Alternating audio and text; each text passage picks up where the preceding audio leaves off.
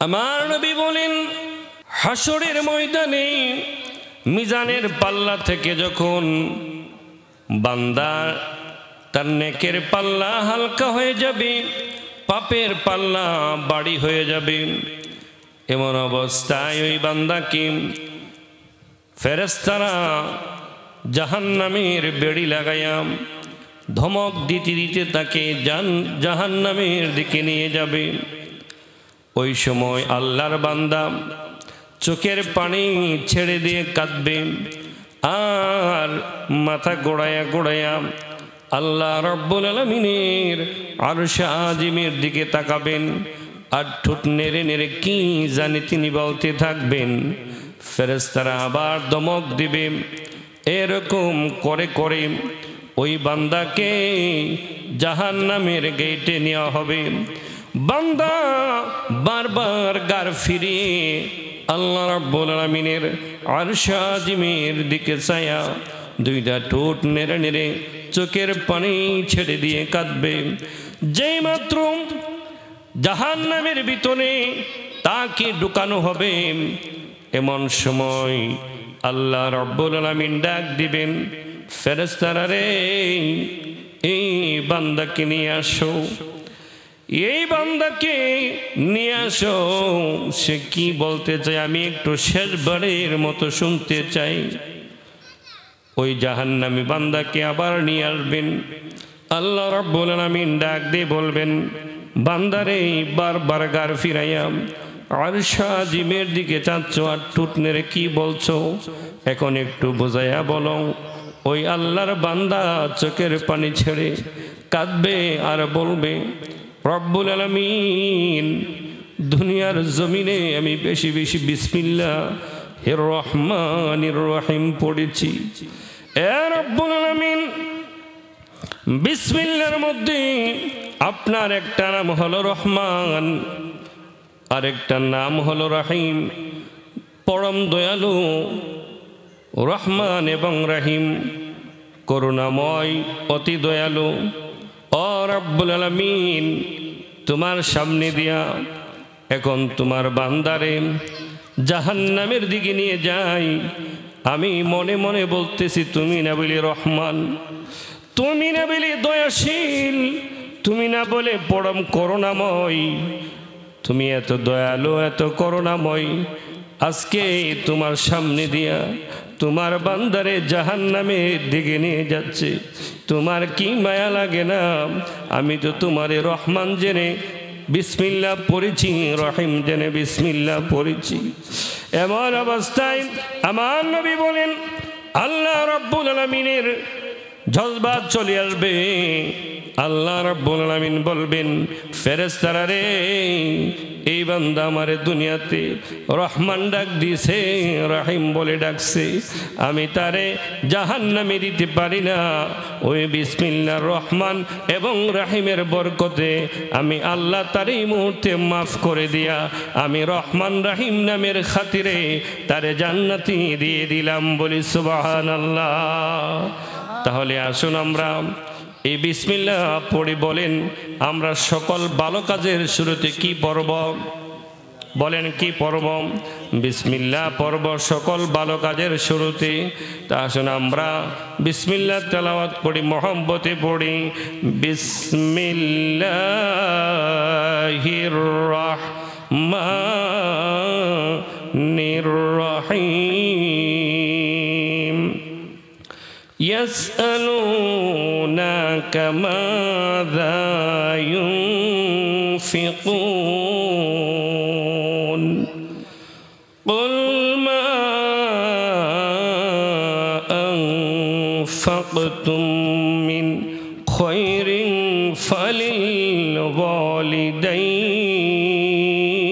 فللوالدين صدق الله المولانا العظيم وصدق رسوله النبي الحبيب الكريم ونحن على ذلك من الشاهدين والشاكرين ربنا تقبل منا إنك أنت السميع العليم. وعن علي رضي الله تعالى عنه قال قال رسول الله صلى الله عليه وسلم أدبوا أولادكم ثلاث خصال حب نبيكم وحب أهل بيتكم وقراءة القرآن في شان حبيبه ومحبوبه ومعشوقه مخبرا وآمرا إن الله وملائكته يصلون على النبي يا أيها الذين آمنوا صلوا عليه وسلموا تسليما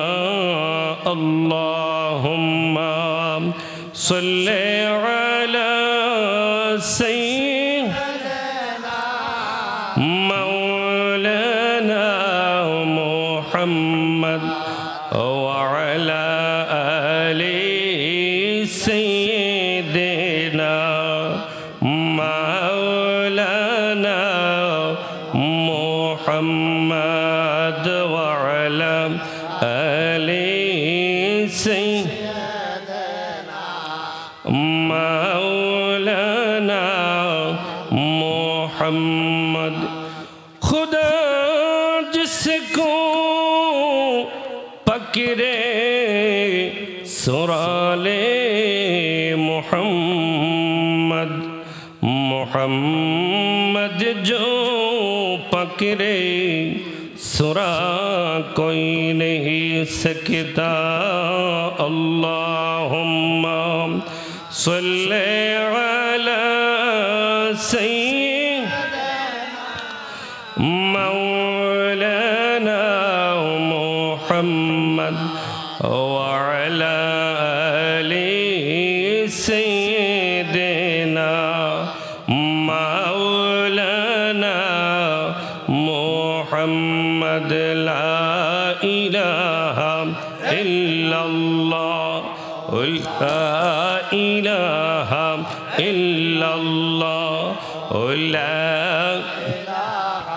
إلا الله لا إله إلا الله لا إله إلا الله لا إله إلا الله لا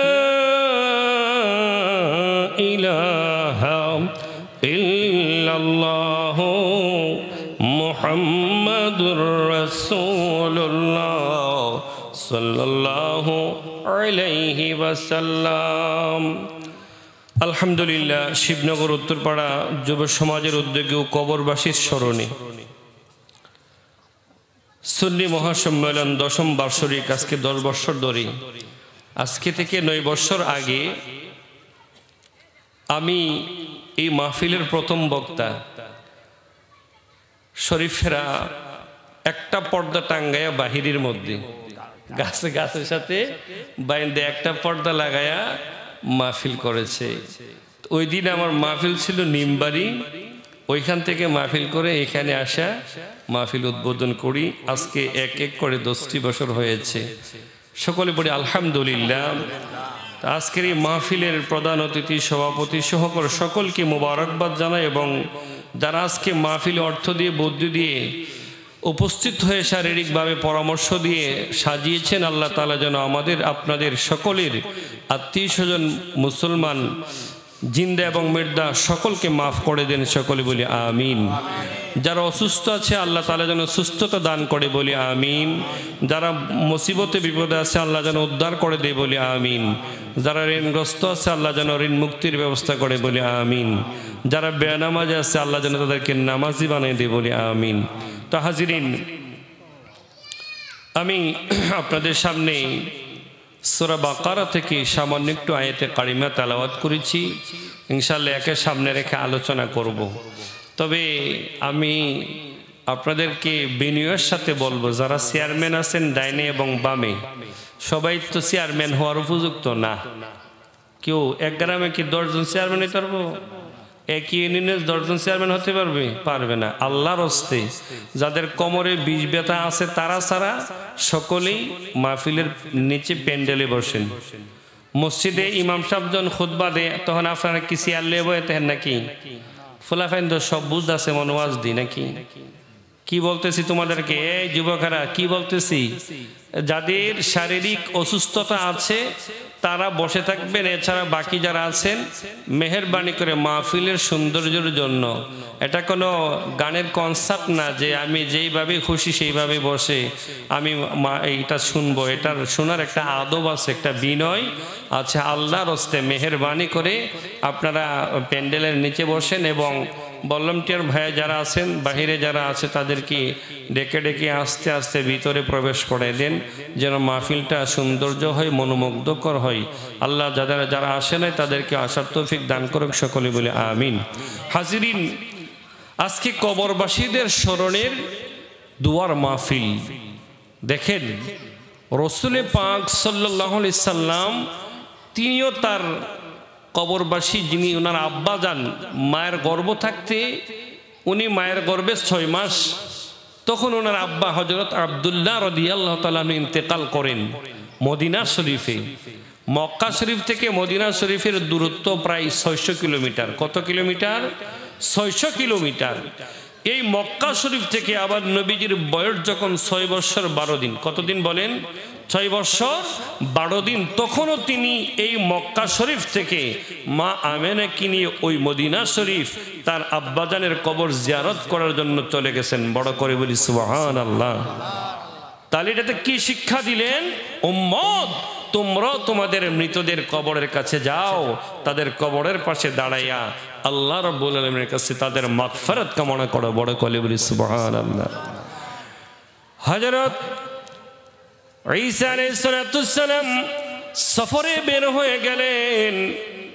যাইতে যাইতে কিছু দূর যাওয়ার পরে তিনি কবরস্থানের দিকে তাকিয়ে দেখেন কবরের ভিতরে জাহান্নামের আগুন দাও দাও করে জ্বলে। আল্লাহু আকবার। কবরের আযাব সত্য, বিশ্বাস হয়নি? আম্মা জান আয়েশা সিদ্দিকা রাদিয়াল্লাহু তাআলা আনহা বলেন, আমার রাসূল বলেছেন আযাবুল কবর হাক্কুন, কবরের আযাব সত্য। কবরে আযাব দেওয়া হবে, যারা অন্যায় অপরাধ করে কবরে প্রবেশ করবে, কবর তাদেরকে ছাড়বে না, ছাড়বে না। আল্লাহু আকবার। ঈসা আলাইহিস সালাম দেখলেন কবরের ভিতরে জাহান্নামের আগুন দাও দাও করে জ্বলে। বন্ধুরা বলবেন কবর তো উপরে না মাটির নিচে। কবর কি মাটির উপরে না নিচে?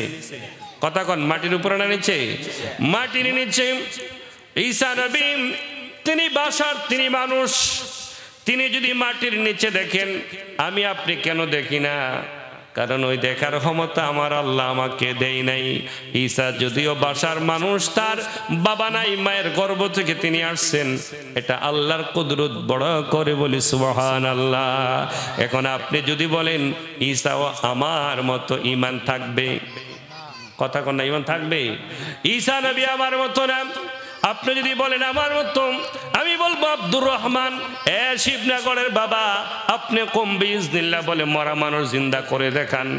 আপনি এরকম মাটির পাখি বানায়া ফু দেন, এটা উড়ে উড়ে যাবে। যদি এটা করতে পারেন, পারবেন কি? সম্ভব? আপনি কবরস্থানে যান, আপনার বাবার দাদার কবরে কি হচ্ছে একটু বলেন, আপনি পারবেন? পারতেন না। তাহলে বোঝা গেল আল্লাহর নবী যা পারে তা আমরা পারি না। এই জন্য নবীরা স্পেশাল, তাদের সাথে যদিও দেখতে হাত আছে, পা আছে, চোখ কান নাক আছে, কিন্তু তাদের গোলা হলো বরকতময় মুবারক। আমার গোলা মুবারক না। আমার দেহটা গুনাহ দিয়ে জীর্ণ শীর্ণ, আমার দেহটা গুনাহ দিয়ে পরিপূর্ণ, তাদের আপাত মস্তক পবিত্র। বলি সুবহানাল্লাহ। তাহলে যেই জায়গার মধ্যে ঈসা নবীর সঙ্গে আপনি আমায় আমরা কাউকে তুলনা করতে পারি না, আর ঈসা নবীরও যিনি নবী, দু জাহানের বাদশা কামলেওয়ালার নবী, যে নবী এখানে বসে আঙ্গুল দ্বারা ইশারা করলে ওই আকাশের চন্দ্র দ্বিখণ্ডিত হয়ে যায়। আল্লাহু আকবার বলেন।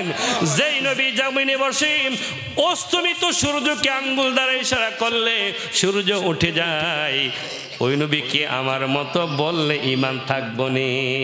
বলেন আমার মতো বলা যাবে? এ পৃথিবীর যত বিজ্ঞানী এসেছে আসবে কিয়ামত পর্যন্ত কোন বিজ্ঞানী অস্তমিত সূর্যকে উত্থিত করতে পারবে না। কোন বিজ্ঞান সায়েন্সকে কাজে লাগায়া চন্দ্রকে দ্বিখণ্ডিত করতে পারবে না। তাহলে বোঝা গেল মুহাম্মদুর রাসূলুল্লাহ সাল্লাল্লাহু আলাইহি ওয়াসাল্লাম আমাদের মতো না, আমরাও তার মতো না, কোন নবী তার মতো না। তিনি হলেন তিনার মতো আল্লাহর পরেই যার স্থান। বলি সুবহানাল্লাহ। বলেন আল্লাহু আকবার। বলেন ইয়া রাসূলুল্লাহ। ওই নবীর শান কত যে মহান। ঈসা নবী দেখলেন কবরে জাহান্নামের আগুন দাও দাও করে জ্বলে। তিনি সফর থেকে একই রাস্তা দিয়ে আবার আসলেন। তার মনে কৌতূহল জাগলো, কবরে কি হয় একটু দেখি। আবার তিনি তাকাইলেন মাটির নিচে, তিনি তাকাইয়ে দেখেন এই কবরে, যেই কবরে জাহান্নামের আগুন জ্বলছিল ওই কবরে এখন জাহান্নামের আগুন নাই নাই নাই নাই নাই। আশ্চর্য হয়ে আল্লাহ রাব্বুল আলামিনকে ডাক দিলেন, মালিক, কিছুক্ষণ পূর্বে দেখলাম জাহান্নামের আগুন দাও দাও করে জ্বলে, তাদের চিৎকারে থাকতে পারি নাই। এখন দেখা গেল তাদের কবরের মধ্যে জাহান্নামের আগুন নাই। কারণটা কি? আল্লাহ রাব্বুল আলামিন জানিয়ে দিলেন, ঈসা তুমি এই রাস্তা দিয়ে যাওয়ার পরে এই কবরের বাসিন্দা যারা, তাদের আত্মীয় স্বজন এই কবরের স্থানের সামনে দাঁড়ায় দাঁড়াইয়া আমি রব্বুল আলামিনকে ডাক দিয়েছেন। আমি আল্লাহর কাছে তাদের ক্ষমা প্রার্থনার জন্য দোয়া করেছেন। আমি আল্লাহ তাদের দোয়া কবুল করে তাদের কবরের আযাব মাফ করে দিয়েছি। বলি সুবহানাল্লাহ। عن أبي هريرة رضي الله تعالى عنه قال قال رسول الله صلى الله عليه وسلم إن الله عز وجل يرفع الدرجات للعبده الصالح بالجنة فيقول يا ربي أني لك هذا قال باستغفر لك والديك আওয়াজ করে বলি সুবহানাল্লাহ। আমার নবীর সাহাবী আবু হুরায়রা রাদিয়াল্লাহু তাআলা আনহু বলেন, আমার নবীজি বলেছেন নিশ্চয়ই আল্লাহ রাব্বুল আলামিন ইয়ারফাউদ দারাজাতি লিল আবদিহিস সলিহি বিল জান্নাহ, যারা জান্নাতে আছে তাদের জান্নাতের স্তর আল্লাহ রাব্বুল আলামিন বাড়াইয়া দেন। হাদিসের ব্যাখ্যায় মুহাদ্দিসুনে কেরাম লিখেছেন যারা জাহান্নামে আছে তাদের জাহান্নামের আযাব মাফ করে তাদেরকে জান্নাতি দেয়। এমন অবস্থায় তারা আল্লাহকে প্রশ্ন করে, ইয়া রাব্বি আন্নী লাকা হাযা, এ রব এতদিন জাহান্নামের আগুনে দাও দাও করে জ্বলেছি, কবরে আসার পরে কোনো নেক আমল করতে পারি নাই, কিন্তু এখন কবরের আযাব মাফ হয়ে গেল, এটার বা কারণ কি একটু আপনার কাছে জানতে চাই। আল্লাহ রাব্বুল আলামিন ডাক দিয়ে বলেন, হাবিব আপনি আমার বান্দাদেরকে আপনার উম্মতদেরকে জানায়া দেন, ওরে আল্লাহর বান্দা তোমার জাহান্নামের আযাব আমি মাফ করে তোমাকে জান্নাতে দিলাম। এইটা তোমার কোনো ক্রেডিট না, এইটা হলো তুমি যে নেককার সন্তান জমিনের মধ্যে রেখে এসেছো, ওই সন্তানগুলা তোমার জন্য আজকে শিবনগর উত্তরপাড়া মরসুন্নি মহাসম্মেলনে বসে বসে তোমাদের জন্য দোয়া করেছে। আমি আল্লাহ তোমাদের দোয়া কবুল করে তোমাদের আযাব মাফ করে দিলাম। বলি সুবহানাল্লাহ। আওয়াজ করে বলি আল্লাহু আকবার। আরে বন্ধুরে আমার, দেখতে আপনার মতো মাথায় টুপি আছে, দাঁড়িয়ে আছে, জুব্বা আছে, আসকান আছে, কোরআন শরীফ হাতে লয়, হাদিস শরীফ হাতে লয়, লয়া তারা কবর জিয়ারত করা নিষেধ, কবর জিয়ারত করা শিরক, কবর জিয়ারত করা বেদাত, দোয়া করা বেদাত। নাউজুবিল্লাহ কইতেন না? বড় করে বলি নাউজুবিল্লাহ। আরে বন্ধু, তাহলে উদ্দেশ্য কি? কবর জিয়ারত করলে আপনার মৃত মা বাবা জাহান্নামী থেকে জান্নাতি হয়ে যাবে। কবর জিয়ারত করলে মুসলমানদের কবরের আযাব আল্লাহ মাফ করে দিবে। স্ত্রীর জন্য স্বামী দোয়া করলে স্ত্রীর কবরের আযাব মাফ করবেন। ভাইয়ের জন্য ভাই দোয়া করলেন ওই ভাইয়ের কবরের আযাব আল্লাহ মাফ করবেন। কিন্তু যে সকল ভাইয়েরা এখন কোরআন হাতে লইয়া যে মাজার জিয়ারত শিরক, কবর জিয়ারত বেদাত, কবর জিয়ারতে যাইতে পারবে না, গেলে শিরক হয়ে যাবে, আবার গেলে নিয়ত করা যাবে না। নাউজুবিল্লাহ কইতেন না? আস্তাগফিরুল্লাহ বলেন। যদিও তারা দেখতে মুসলমানের মতো, মাথায় টুপি আছে, দাঁড়িয়ে আছে, জুব্বাস খান আছে, তাদের উদ্দেশ্য ভালো না। আল্লাহ চায় আমার বান্দাকে আমি জান্নাতে নিতে, আমার দয়াল রসুল চাই আমার উম্মতকে জান্নাতে নিতে। এই জন্য আল্লাহর হাবিব বলেন, তোমরা মৃতদের জন্য বেশি বেশি করে দোয়া করো, মৃতদের জন্য দান সদকা করো, মৃতদের জন্য কোরআন তেলাওয়াত করে হাদিয়া পাঠাও, মৃতদের কবর জিয়ারত করো। আল্লাহ তোমাদের দোয়া কবুল করে তাদেরকে মাফ করে দিবেন। আমার রসুল চাই জান্নাতে নেওয়ার জন্য। কিন্তু যেই সকল মোল্লারা ফতোয়া দিল কবর জিয়ারত বেদাত, মাজার জিয়ারত শিরক, তারা কি ইসলামের বন্ধু না শত্রু? কথা বলেন, ইসলামের বন্ধু না শত্রু? তাদেরকে বয়কট করতে হবে, ঠিক কিনা বলেন? আল্লাহ চাই আমার বান্দা গুনাহ নিয়ে মরছে। ইব্রাহিম আলাইহিস সালাম রাস্তা দিয়ে যাইতেছেন, তিনি দেখতে পেলেন একদল যুবক যুবতী অশ্লীল কাজে লিপ্ত হয়ে আছে। নাউজুবিল্লাহ বলতেন না? ইব্রাহিম আলাইহিস সালাম আল্লাহ রাব্বুল আলামিনের কাছে দোয়া করলেন, মালিক তারা অশ্লীল কাজ করে, আল্লাহ তাদের ধ্বংস করে দাও। আল্লাহ রাব্বুল আলামিন সঙ্গে সঙ্গে ইব্রাহিম নবীর দোয়া কবুল করে ধ্বংস করে দিলেন। গভীর মনোযোগ, হাঁটতে হাঁটতে 2-3 কিলো যাওয়ার পরে আবার দেখতে পেলেন আরেকটা যুবক যুবতী এই অশ্লীল কাজের মধ্যে লিপ্ত। ইব্রাহিম আলাইহিস সালাম বললেন, আল্লাহ তোমার জমিনের মধ্যে তোমার নিয়ামত খায়া তোমার সামনে এরকম নাফরমানি করে আল্লাহ আমি সহ্য করতে পারি নাই, আপনি তাদেরকে ধ্বংস করে দেন। আমার আল্লাহ দোয়া কবুল করে ধ্বংস করে দিলেন। অতঃপর এই ইব্রাহিম আলাইহিস সালাম হাঁটতে হাঁটতে আরো কিছু দূর গেলেন। যাওয়ার পরে আল্লাহর কুদরত বোঝা যায় না, গিয়া দেখেন ওই জায়গাতে যুবক যুবতীরা অন্যায় কাজের মধ্যে লিপ্ত। এমন অবস্থায় ইব্রাহিম আলাইহিস সালাম দোয়া করলেন, আল্লাহ তাদেরকে ধ্বংস করে দাও, তোমার জমিনে তোমার নিয়ামত খেয়ে তোমার সামনে অপরাধ করতেছে, আমি তোমার নবী সহ্য করতে পারি নাই, আল্লাহ তুমি তাদেরকে ধ্বংস করে দাও। এমন অবস্থায় আল্লাহ রাব্বুল আলামিন ডাক দিয়ে বলেন, ইব্রাহিম প্রথম 2 জনকে আমি ধ্বংস করে দিলাম, এখন যে আছে তারে যদি আমি ধ্বংস করে দেই তাহলে এরকম করে জমিনের মধ্যে বান্দা বান্দি থাকবে না। ওরে ইব্রাহিম আমি তাদেরকে ধ্বংস করব না। কেন আল্লাহ কেন তাদের ধ্বংস করবেন না?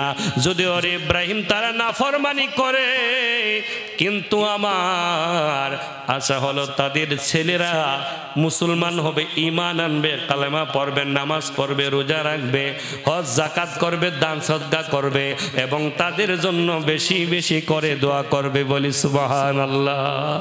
আর যদি তার ছেলে মেয়েরা মুসলমান না হয় তাহলে তাদের ঘরে যেই ছেলে মেয়ে হবে অর্থাৎ তাদের নাতি নাতনিরা ঈমান আনবে, মুসলমান হবে, কালেমা পড়বে, এরকম জিকির আজকার করবে, দান সদকা করবে, আমি আল্লাহ রাব্বুল আলামিনের কাছে দোয়া করবে, আমি আল্লাহ ওই নাতনিদের দোয়া কবুল করে আমি দাদা দাদির কবরের আযাব মাফ করে দিব। ওরে ইব্রাহিম তাদের জন্য আর বদদোয়া করিস না, আর বদদোয়া করিস না, আর বদদোয়া করিস না, আমি আল্লাহ ধ্বংস করব না। আমার আশা তার পরবর্তীতে যারা আসবে তারা ঈমান আনবে এবং আমি আল্লাহর খাস বান্দা হয়ে যাবে, আমি আল্লাহর দরবারে তারা দোয়া করবে, আমি আল্লাহ তাদের সন্তানদের দোয়া কবুল করে ওই কবরবাসীদের আযাব মাফ করে দিব, বলি সুবহানাল্লাহ। আল্লাহুম্মা সাল্লি আলা সাইয়্যিদিনা মাওলানা মুহাম্মদ ওয়া আলা আলি মাওলানা মুহাম্মদ। তাহলে বোঝা গেল যারা কবর জিয়ারত নিয়ে নিষেধ করেন, মাজার জিয়ারতকে শিরক বলেন, কবর জিয়ারতকে শিরক বলে, কবরস্থানে গিয়ে হাত তুলে দোয়া করাকে বেদাত বলে, তারা চায় মানুষগুলা জাহান্নামী আছে, তারা জাহান্নামে থাকুক, তাদেরকে জান্নাতে যাওয়ার দরকার নাই। অথচ আমার আল্লাহর ইচ্ছা হলো তার বান্দারা যাররা পরিমাণ গুনাহ নিয়ে, যাররা পরিমাণ নেক নিয়ে যদি কবরে যায়, তার আওলাদদের দোয়ার বরকতে আমার আল্লাহ ক্ষমা করে করে তাদেরকে জান্নাতে দিবে। আর আমার দয়াল রাসূল এই জমিনের মধ্যে রব্বি হাবলিয়া উম্মতি উম্মতি করে কেঁদেছে। রওজা পাকে এখনো কাঁদে, হাসরের ময়দানও কাঁদবে, ফুলসিরাতের ঘাটও কাঁদবে, মিজানের পাল্লায়ও কাঁদবে, জাহান্নামের গেটও কাঁদবে এই উম্মতকে তোরায় নেওয়ার জন্য। বলেন আল্লাহু আকবার।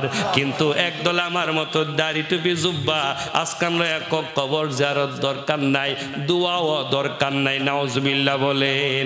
তাহলে তাদের চেহারা দেখতো যদিও আমাদের মতো, কিন্তু তাদের উদ্দেশ্য খারাপ, ঠিক কিনা বলেন? আল্লাহর হাবিব বলেন আদ-দুআউ সিলাহুল মুমিন। বলেন আল্লাহু আকবার। ওয়া ইমাদুদ্দিন ওয়া নূরুস সামাওয়াতি ওয়াল আরদ। বড় করে বলি সুবহানাল্লাহ। দোয়া হলো মুসলমানদের হাতিয়ার, কন্যা সুবহানাল্লাহ। ডাল যুদ্ধের ময়দানে শত্রু যদি তীর নিক্ষেপ করে, গুলি নিক্ষেপ করে, বুলেট নিক্ষেপ করে, ওইটা দিয়ে তার আঘাতকে প্রতিহত করে, ঠিক তেমনি ভাবে মুসলমান যারা ইমানদার মৃত্যুবরণ করবে, তার সন্তান যদি দুনিয়া থেকে দোয়া করে, ওই ফেরেশতাদের পিটানি এ দোয়া প্রতিবাদ করে রক্ষা করে দিবে। বড় করে বলি সুবহানাল্লাহ। ওয়া ইমাদুদ্দিন, খুঁটি খুঁটি বলি না সুবহানাল্লাহ। এই প্যান্ডেলে খুঁটি না থাকলে প্যান্ডেল থাকতো? ঠিক তেমনি ইসলামে যদি দোয়া না থাকে তাহলে ইসলামও থাকবে না। বলে আল্লাহু আকবার। এরপরে বলে নূরুস সামাওয়াতি ওয়াল আরদ, এই জমিনের জন্য এবং আসমানের জন্য দোয়া হচ্ছে নূর, আলো। এই দোয়া যারা করবে না তারা দুনিয়া তো অন্ধকার হয়ে যাবে, পরকালে তারা কবরে অন্ধকারে থাকবে। বলি নাউজুবিল্লাহ। তাহলে দোয়ার দরকার আসেনি? আসেনি? আসেনি? আমরা দোয়ার পক্ষে থাকতে চাই কি চাই না?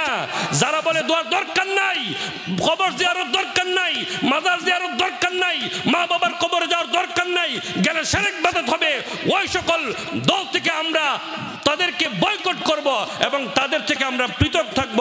আল্লাহ এবং তার রাসূলের পক্ষে থাকব, ওলি আল্লাহর পক্ষে থাকব। যেখানে দোয়া আছে আমরা সেখানে থাকব। বড় করে বলি আমিন, মহব্বতে বলি আমিন। আজকের এই দোয়ার মাহফিল আল্লাহ তাআলা যেন আমাদের জিন্দা মুর্দা সকলকে মাফ করে দেয়। বড় করে বলি আমিন। সালাতুন ইয়া রাসূলাল্লাহ, সালামুন ইয়া হাবিবাল্লাহ, আলাইকুম সালাতুন ইয়া রাসূলাল্লাহ, আলাইকুম সালামুন ইয়া হাবিবাল্লাহ, আলাইকুম। হাজিরিন, আমরা এখন কিছু আলোচনা শুনবো। আল্লাহ তাআলা যেন আমাদের ঈমান আমল মজবুত করার তৌফিক দান করে, সকলে বলি আমিন। এখন সারা ওয়ার্ল্ডের মধ্যেই মুসলমানের সংখ্যা বাড়তেছে, সকলে বলে আমিন। মুসলমান এটা কুফির একটা বাতি না যে ফু দিয়ে আপনি নিবাই দিবেন। ইসলাম একটা বাতি না যে আপনি ফু দিয়ে নিবাই দিবেন। পৃথিবীর কত সন্ত্রাস, তারা বিভিন্ন কৌশল অবলম্বন করতেছে ইসলামকে মিঠাইয়া দেওয়ার জন্য। পারবে? বলেন পারবেন? হ্যাঁ বলেন পারবে? পারবে না কেন? এটা আল্লাহর মনোনীত দিন। বলি সুবহানাল্লাহ। এই ইসলাম ছাড়া যত ধর্ম আছে সব ধর্ম বাতিল, পথভ্রষ্ট, জাহান্নামী, ঠিক কিনা বলেন? বন্ধুরে আমার, কিন্তু ইসলাম নাম ব্যবহার করে বিভিন্ন কৌশলে। নামাজ রোজা ঠিক আছে, মিসওয়াক ঠিক আছে, কিন্তু যদি নবীর কথা বলা হয় শরীরের মধ্যে আগুন ধরে যায়, ঠিক কিনা বলেন? নবীজির ব্যাপারে আলোচনা করলে হ্যাঁ অত নবী নবী কিরে, নামাজের ওয়াজ করতারা না, হুজুররা আনিহুদা নবীর ওয়াজ করতো। তো ইমাম সাহেব কি নামাজের ওয়াজ করে না? করেনি? করেনি? করে, সব ওয়াজই লাগে। বলে আলহামদুলিল্লাহ। তো নবীর ওয়াজ কেন লাগবে? তিরমিজি শরীফের হাদিস, মাওলা আলী রাদিয়াল্লাহু তাআলা আনহু বলেন, আমার রাসূল পাক সাল্লাল্লাহু আলাইহি সাল্লাম বলেন, আদিবু আওলাদুকুম সালাসা খিসাল। এই পৃথিবীর মানুষ, তোমরা তোমাদের সন্তানদেরকে তিনটি পদ্ধতি শিক্ষা দিবে, তিনটি আদব শিক্ষা দিবে, তিনটি খিসাল শিক্ষা দিবে। এইটা কি? এক নম্বরে হুব্বুন নবিয়্যিকুম, সর্বপ্রথম তোমরা তোমাদের সন্তানগুলোকে নবীর মহব্বত শিক্ষা দিবে। বলি সুবহানাল্লাহ। তিরমিজি শরীফের হাদিস। নারে তাকবীর, নারে রিসালাত। প্রধান বক্তার আগমন, প্রধান বক্তার আগমন। এই মাহফিলের পক্ষ থেকে মাওলানা মুফতি মুমতাজুল আরিফিন খেলারি সাহেবের আগমন। এই মাহফিলের পক্ষ থেকে সকলে বলে আলহামদুলিল্লাহ। প্রধান অতিথি আসছেন, ইনশাআল্লাহ আর নির্দিষ্ট সময়ে তিনি প্যান্ডেলে চলে আসবেন, সকলে বলে আমিন। তো হাজিরিন, আল্লাহর হাবিব বলেন নাম্বার হচ্ছে হুব্বুন নবিয়ুকুম, তোমরা তোমাদের সন্তানদেরকে তোমার নবীর ভালোবাসা শিক্ষা দিবে। বলি সুবহানাল্লাহ। এটা কার কথা? কার কথা? নবীজির কথা। বলে না কার কথা? নবীজির কথা।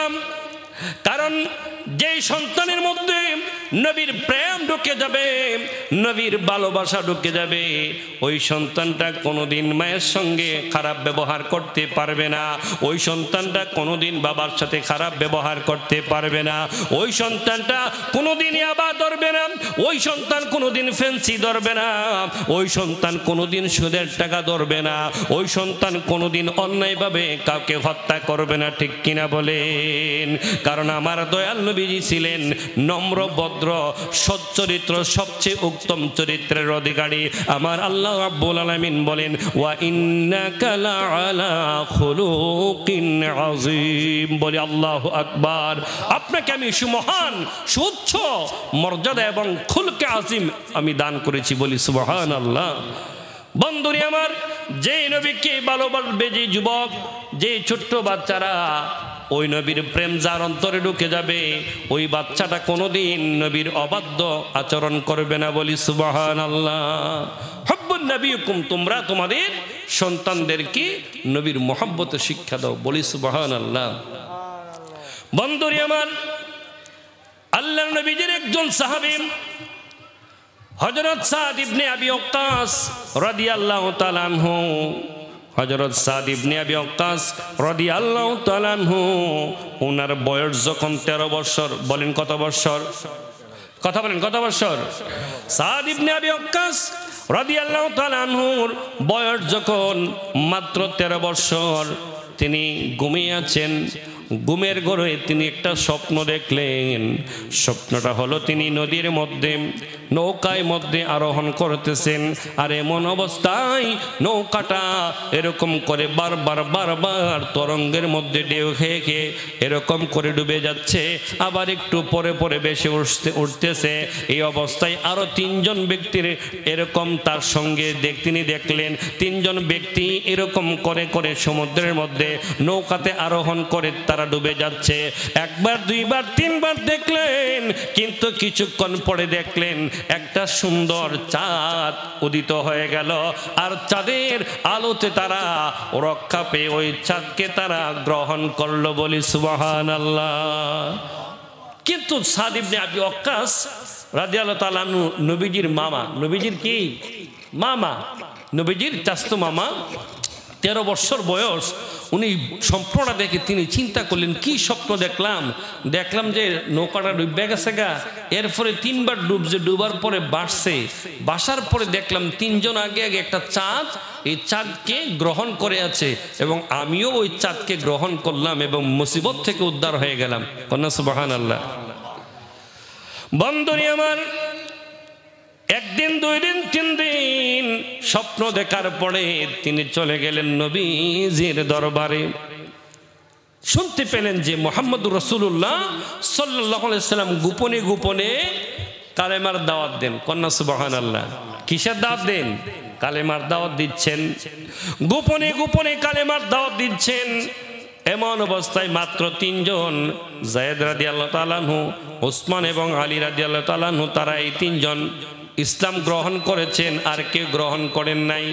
যাওয়ার পরে যেই মাত্র আমার দয়াল নবীজি রাহমাতুল লিল আলামিনের নুরানি চেহারা মুবারক দেখলেন, দেখার পরে বলতে লাগলেন, আপনি কি কালেমার দাওয়াত দেন, আল্লাহর দাওয়াত দেন? আমার নবী বলেন, ও সাদ ইবনে আবি ওয়াক্কাস, আমার মামা, শুনে রাখুন, আপনি জোরে কথা বলবেন না, কারণ এখনো জোরে প্রকাশ্যে আমরা ইসলামের দাওয়াত দেই না, আমি এক আল্লাহর দাওয়াত দেই। আপনি পড়ে পড়েন লা ইলাহা ইল্লাল্লাহু মুহাম্মাদুর রাসূলুল্লাহ সাল্লাল্লাহু আলাইহি ওয়াসাল্লাম। তিনি ডানে বামে তাকালেন, তাকানোর পরে তিনি দেখলেন স্বপ্নে যে তিনজনকে দেখেছিলেন ওই তিনজন আমার নবীজির সঙ্গে বসে আছে। এমন অবস্থায় বলেন, ইয়া রাসূলুল্লাহ, ইয়া হাবিবাল্লাহ, নবী গো, আপনি আমারে কালেমা পড়ায়া মুসলমান বানায় দেন। বলি সুবহানাল্লাহ। তিনি মুসলমান হয়ে গেলেন। এইদিকে সাদ ইবনে আবি ওয়াক্কাস রাদিয়াল্লাহু তাআলা আনহুর মা নবীজির গুড় বিরোধী, নাউজুবিল্লাহ কইতেন না, একেবারে চরম বিরোধী, নবীর নামও শুনতে পারে না। সাদ ইবনে আবি ওয়াক্কাস রাদিয়াল্লাহু তাআলা আনহু কালেমা শরীফ পড়ে মুসলমান হয়ে তিনি বাড়িতে গেলেন। বাড়িতে গিয়ে মাকে ডাক দেন, মা, ও মা, আজকে খুশির সংবাদ। মা বলে, কি সংবাদ?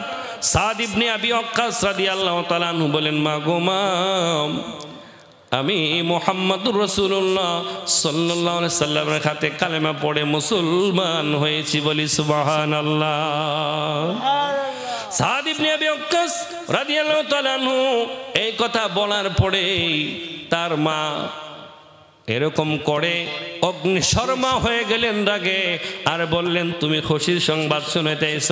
বাপ দাদার ধর্ম ছেড়ে ও এতিম মুহাম্মদের ধর্ম কবুল করেছ, এইটা বুঝি খুশির সংবাদ? আরে সাদ, তুই আর এই কথাটা একবারও বলতে পারবি না। আমি তোরে ঘোষণা করে জানাইয়া দিলাম, আমি আর এক লোকমা ভাতও খাইব না, পানিও খাইব না, যতক্ষণ পর্যন্ত না তুই মুহাম্মদের কালেমা না ছাড়বি। বলি নাউযুবিল্লাহ। যে আমার নবীর প্রতি ঈমান আনছে সেই কালেমা ছাড়তে পারে? বলেন আল্লাহু আকবার। ওই সাদ ইবনে আবি ওয়াক্কাস রাদিয়াল্লাহু তাআলা আনহু মাকে খুব ভালোবাসতেন, মাকে সম্মান শ্রদ্ধা করতেন। তিনি চিন্তায় পড়ে গেলেন কি করবেন। তিনি মনে মনে বলেন, মা গো মা, আল্লাহ রাব্বুল আলামিন হুকুম দিলেন মার সাথে বাবার সাথে ভালো ব্যবহার করো। এটা শুধু মুসলমান নয়, হিন্দু বলেন, খ্রিস্টান বলেন, বৌদ্ধ বলেন, যে কোনো ধর্মেরই পিতামাতাকে ভক্তি করার কথা আছে। এমন অবস্থায় সাদ ইবনে আবি ওয়াক্কাস রাদিয়াল্লাহু তাআলা আনহু বলেন, মা, তুমি শতবার মরতে পারবে, আমি দয়াল নবীকে ছাড়তে পারবো না। সুবহানাল্লাহ। ওই সাদ ইবনে আবি ওয়াক্কাসের আশেপাশে যে মানুষগুলা ছিল তারা বলে, সাদরে সি সি, তোর মা একদিন, 2 দিন, 3 দিন হয়ে গেল ভাত খাই না, পানি খাই না, এই অবস্থায় মারা গেলে মানুষ কি বলবে? কলঙ্ক হয়ে যাবে। তুই মুহাম্মদের ধর্ম ছেড়ে দে। মা দুঃখিনী কান্দা কান্দা বলে বলে, সাদরে সাদ, তুই যদি মুহাম্মদ সাল্লাল্লাহু আলাইহি সাল্লামের ধর্ম না ছাড়স তাহলে আমি মারা যাব, আর পৃথিবীকে জানায়া যাব আমার ছেলে মুহাম্মদের ধর্ম গ্রহণ করছে, এই জন্য আমি মারা গিয়েছি, মানুষ তোরে খারাপ বলবে।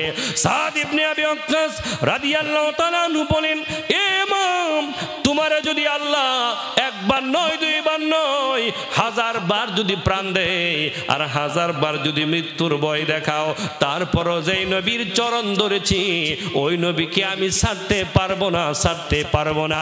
বাড়ি ছাড়তে পারি, মা ছাড়তে পারবো, ঘর ছাড়তে পারবো, সংসার ছাড়তে পারবো, দুনিয়া ছাড়তে পারবো, কিন্তু আমার দয়াল নবীরে ছাড়তে পারবো না।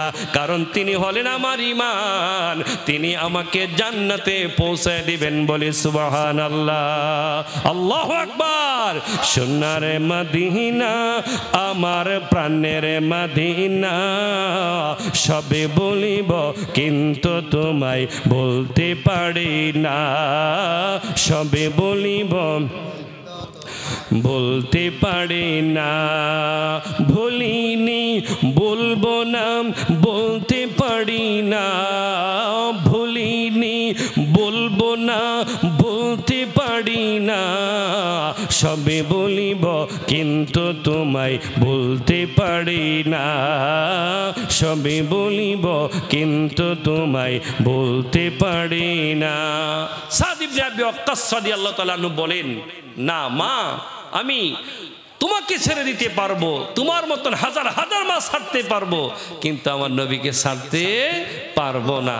তার ব্যাপারে আল্লাহ রব্বুল আলামিন সূরা লুকমানের মধ্যে আয়াত নাজিল করে দিলেন, শোনো যে মা বাবার আনুগত্য অবশ্যই করতে হবে, কিন্তু মা বাবা যদি বলে আল্লাহর সঙ্গে শিরক করো আর মুহাম্মদ সাল্লাল্লাহু আলাইহি ওয়াসাল্লামের সঙ্গে শিরক করো, তাহলে মানা যাবে না। মা যদি বলে মুহাম্মদকে গালি দাও, নাউজুবিল্লাহ, গালি দেওয়া যাবে? মার কথা শোনা যাবে? শোনা যাবে না। বন্ধুরে আমার, নবীর সাহাবীরা কেমন ছিলেন?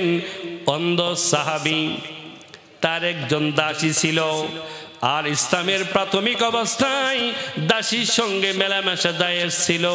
ওই দাসীর গর্ভে সন্তানও ছিল এবং দুনিয়াতে তার আরো 2টা সন্তান ছিল। কিন্তু দাসীরা খুব খারাপ। এই দাসী, এই অন্ধ সাহাবী সর্বক্ষণ আমার নবীর গুণগান গাইতেন, দুরূদ শরীফ পড়তেন আর গজল গাইতেন। কন্যা সুবহানাল্লাহ। আসেনি নবীর পাগল? আসেনি? অনেক নবীর পাগল আছে, নবী ছাড়ার কিছুই বুঝে না। কন্যা সুবহানাল্লাহ। এই অন্ধ সাহাবী তিনি বসে বসে আমার নবীজির শানে গজল গাইতেন আর দুরূদ শরীফ পড়তেন। কিন্তু স্ত্রী প্রত্যেক দিন তার গালি দিত, তার মা বাপরে গালি দিত, তার বংশের মানুষরে গালি দিত। অন্ধ সাহাবী চিন্তা করলেন, হাই রে, আমারে গালি দে, আমি যদি তার ছাইরা দেই তাহলে আমার সেবা করবে কে, আমার দেখাশোনা করবে কে? আমি অন্ধ মানুষ, আমি চলতে পারি না। এমন অবস্থায় তিনি গালাগালি সহ্য করে নিলেন। কিন্তু দেখা যায় মা বাপরে গালি দেয়, এরপরে এখানে শেষ নাই, এখন নবীজিরও গালি দে। নাউজুবিল্লাহ কইতেন না? এখন কি নবীজিরও গালি দে। এই মিয়া, আপনার সামনে যদি আপনার গালি দেয় আপনি প্রতিবাদ করবেন অবশ্যই, কিন্তু যদি নবীকে গালি দেয় আপনি প্রতিবাদ না করে থাকতে পারবেন? আপনার হৃদয়ে যাররা পরিমাণ ঈমান থাকলে আপনার সামনে নবীকে কেউ গালি দিলে আপনি সহ্য করতে পারবেন না, ঠিক কিনা বলেন? এটাই হলো ঈমান। এটা কি ঈমান? ওই অন্ধ সাহাবী একদিন, 2 দিন, 3 দিন যায়, সাহাবীরা কাছে বিচার দেয়, সাহাবীরা রে, মহিলাটা বড় খারাপ, আমারে গালি গালাজ করে, আমার পরিবারের গালাগালাজ করে, আমার মনটা কথারে সাইরা দিতাম, এখন কি করব? ওই সাহাবীরা বলে, তুমি সাইরা দিলে কেমনে চলবা? অন্ধ মানুষ, তুমি তো চলার মতো এরকম তোমার অবস্থা নাই, গালাগালি সহ্য করে তোমাকে নিতে হবে। এমন অবস্থায় চলতে লাগলেন। কিন্তু যেদিন ওই মহিলাটা আমার নবীরে গালি দেয়, ইমানদার যাররা পরিমাণ ইমান থাকলে আমার নবীর যে ওই যদি হানা কাবার ইমাম হয়, আমার নবীর ব্যাপারে কটূক্তি করে, এটা মাইনা নিতে পারবো না, ঠিক কিনা বলেন? আমার ইলম নাই, ইলম নাই, আমল নাই, বিদ্যা নাই, বুদ্ধি নাই, কিন্তু আমি নবীর পাগল। নবীরে যে কটূক্তি করে কথা বলবে, নবীজির আহলে বায়াতের শানে যদি কেউ বেয়াদবি করে বলে, সে যত বড় আলেম হোক না কেন, সে যত বড় মুহাদ্দিস মুফাসসির হোক না কেন, সে যত বড় কোরআনের পণ্ডিত হোক না কেন, আমি তাকে জুতার তালুর মতো মনে করি না, ঠিক কিনা বলেন? আর যার মধ্যে নবীর প্রেম আছে, ইশক আছে, ভালোবাসা আছে, সে কৃষক হোক, সে একজন রিস্কাওয়ালা হোক, আমি তার পায়ের দুলাগুলো মাথায় নিতে রাজি আছি, ঠিক কিনা বলেন? কারণ এইখানেই তো জান্নাত। কন্যা সুবহানাল্লাহ। এখানেই জান্নাত। বলবেন হুজুর কেমনে আসতেছে? ইনশাআল্লাহ। হাজিরিন, ওই অন্ধ সাহাবী তিনি সহ্য করতে পারেন নাই।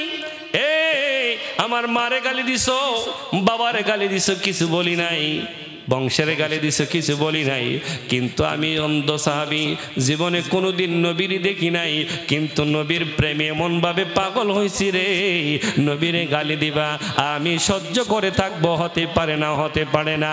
ওই দাসী যখন ঘুমিয়ে গেল, অন্ধ সাহাবী একটা খঞ্জর, যেটাকে তরবারি বলি বা ছুরি বলি, ওইটা নিয়ে ওই দাসীর পেটের মধ্যে ঢুকায়া দিল, আর ওই দাসী ওই জায়গার মধ্যে মারা গিয়ে জাহান্নামে হয়ে গেলে বলে আল্লাহু আকবার। বলেন আল্লাহু আকবার। এখন উনার নামে মামলা, উনার নামে কি হইছে? মামলা হইছে। এই দাসীর যে বংশীয় মানুষ ছিল, তারা নবীর দরবারে গেলেন, গিয়ে বললেন, ইয়া রাসূলুল্লাহ, ইয়া হাবিবাল্লাহ, নবী গো, আপনার এই অন্ধ সাহাবী তাকে মেরে ফেলেছে, তার রক্তপণ দিতে হবে, না হলে তাকে বিচার, এরকম যা কিছু আছে এটা বিচার আপনি ফাইসালা করবেন। সাহাবায়ে কেরাম জমা হয়ে গেল, সাহাবী তুমি তাকে মারছো? জি ইয়া রাসূলুল্লাহ মারছি। কি কারণে? কি কারণে মারছি? কি কারণ কইতে কইতে দাসীর পক্ষে যারা তারা উল্লা ফাল্লা লাগা দিছে, ইয়া রাসূলুল্লাহ এমনি এমনি এই কারণে মারছে, কোনো কারণ নাই, বিনা দোষে মেয়েটারে মারছে। নাউজুবিল্লাহ কইতেন না? কি বিনা দোষে মারছে? ওই সাহাবী চোখের পানি ছেড়ে কেঁদে দিলেন আর বললেন, ইয়া রাসূলুল্লাহ, ইয়া হাবিবাল্লাহ, নবী গো,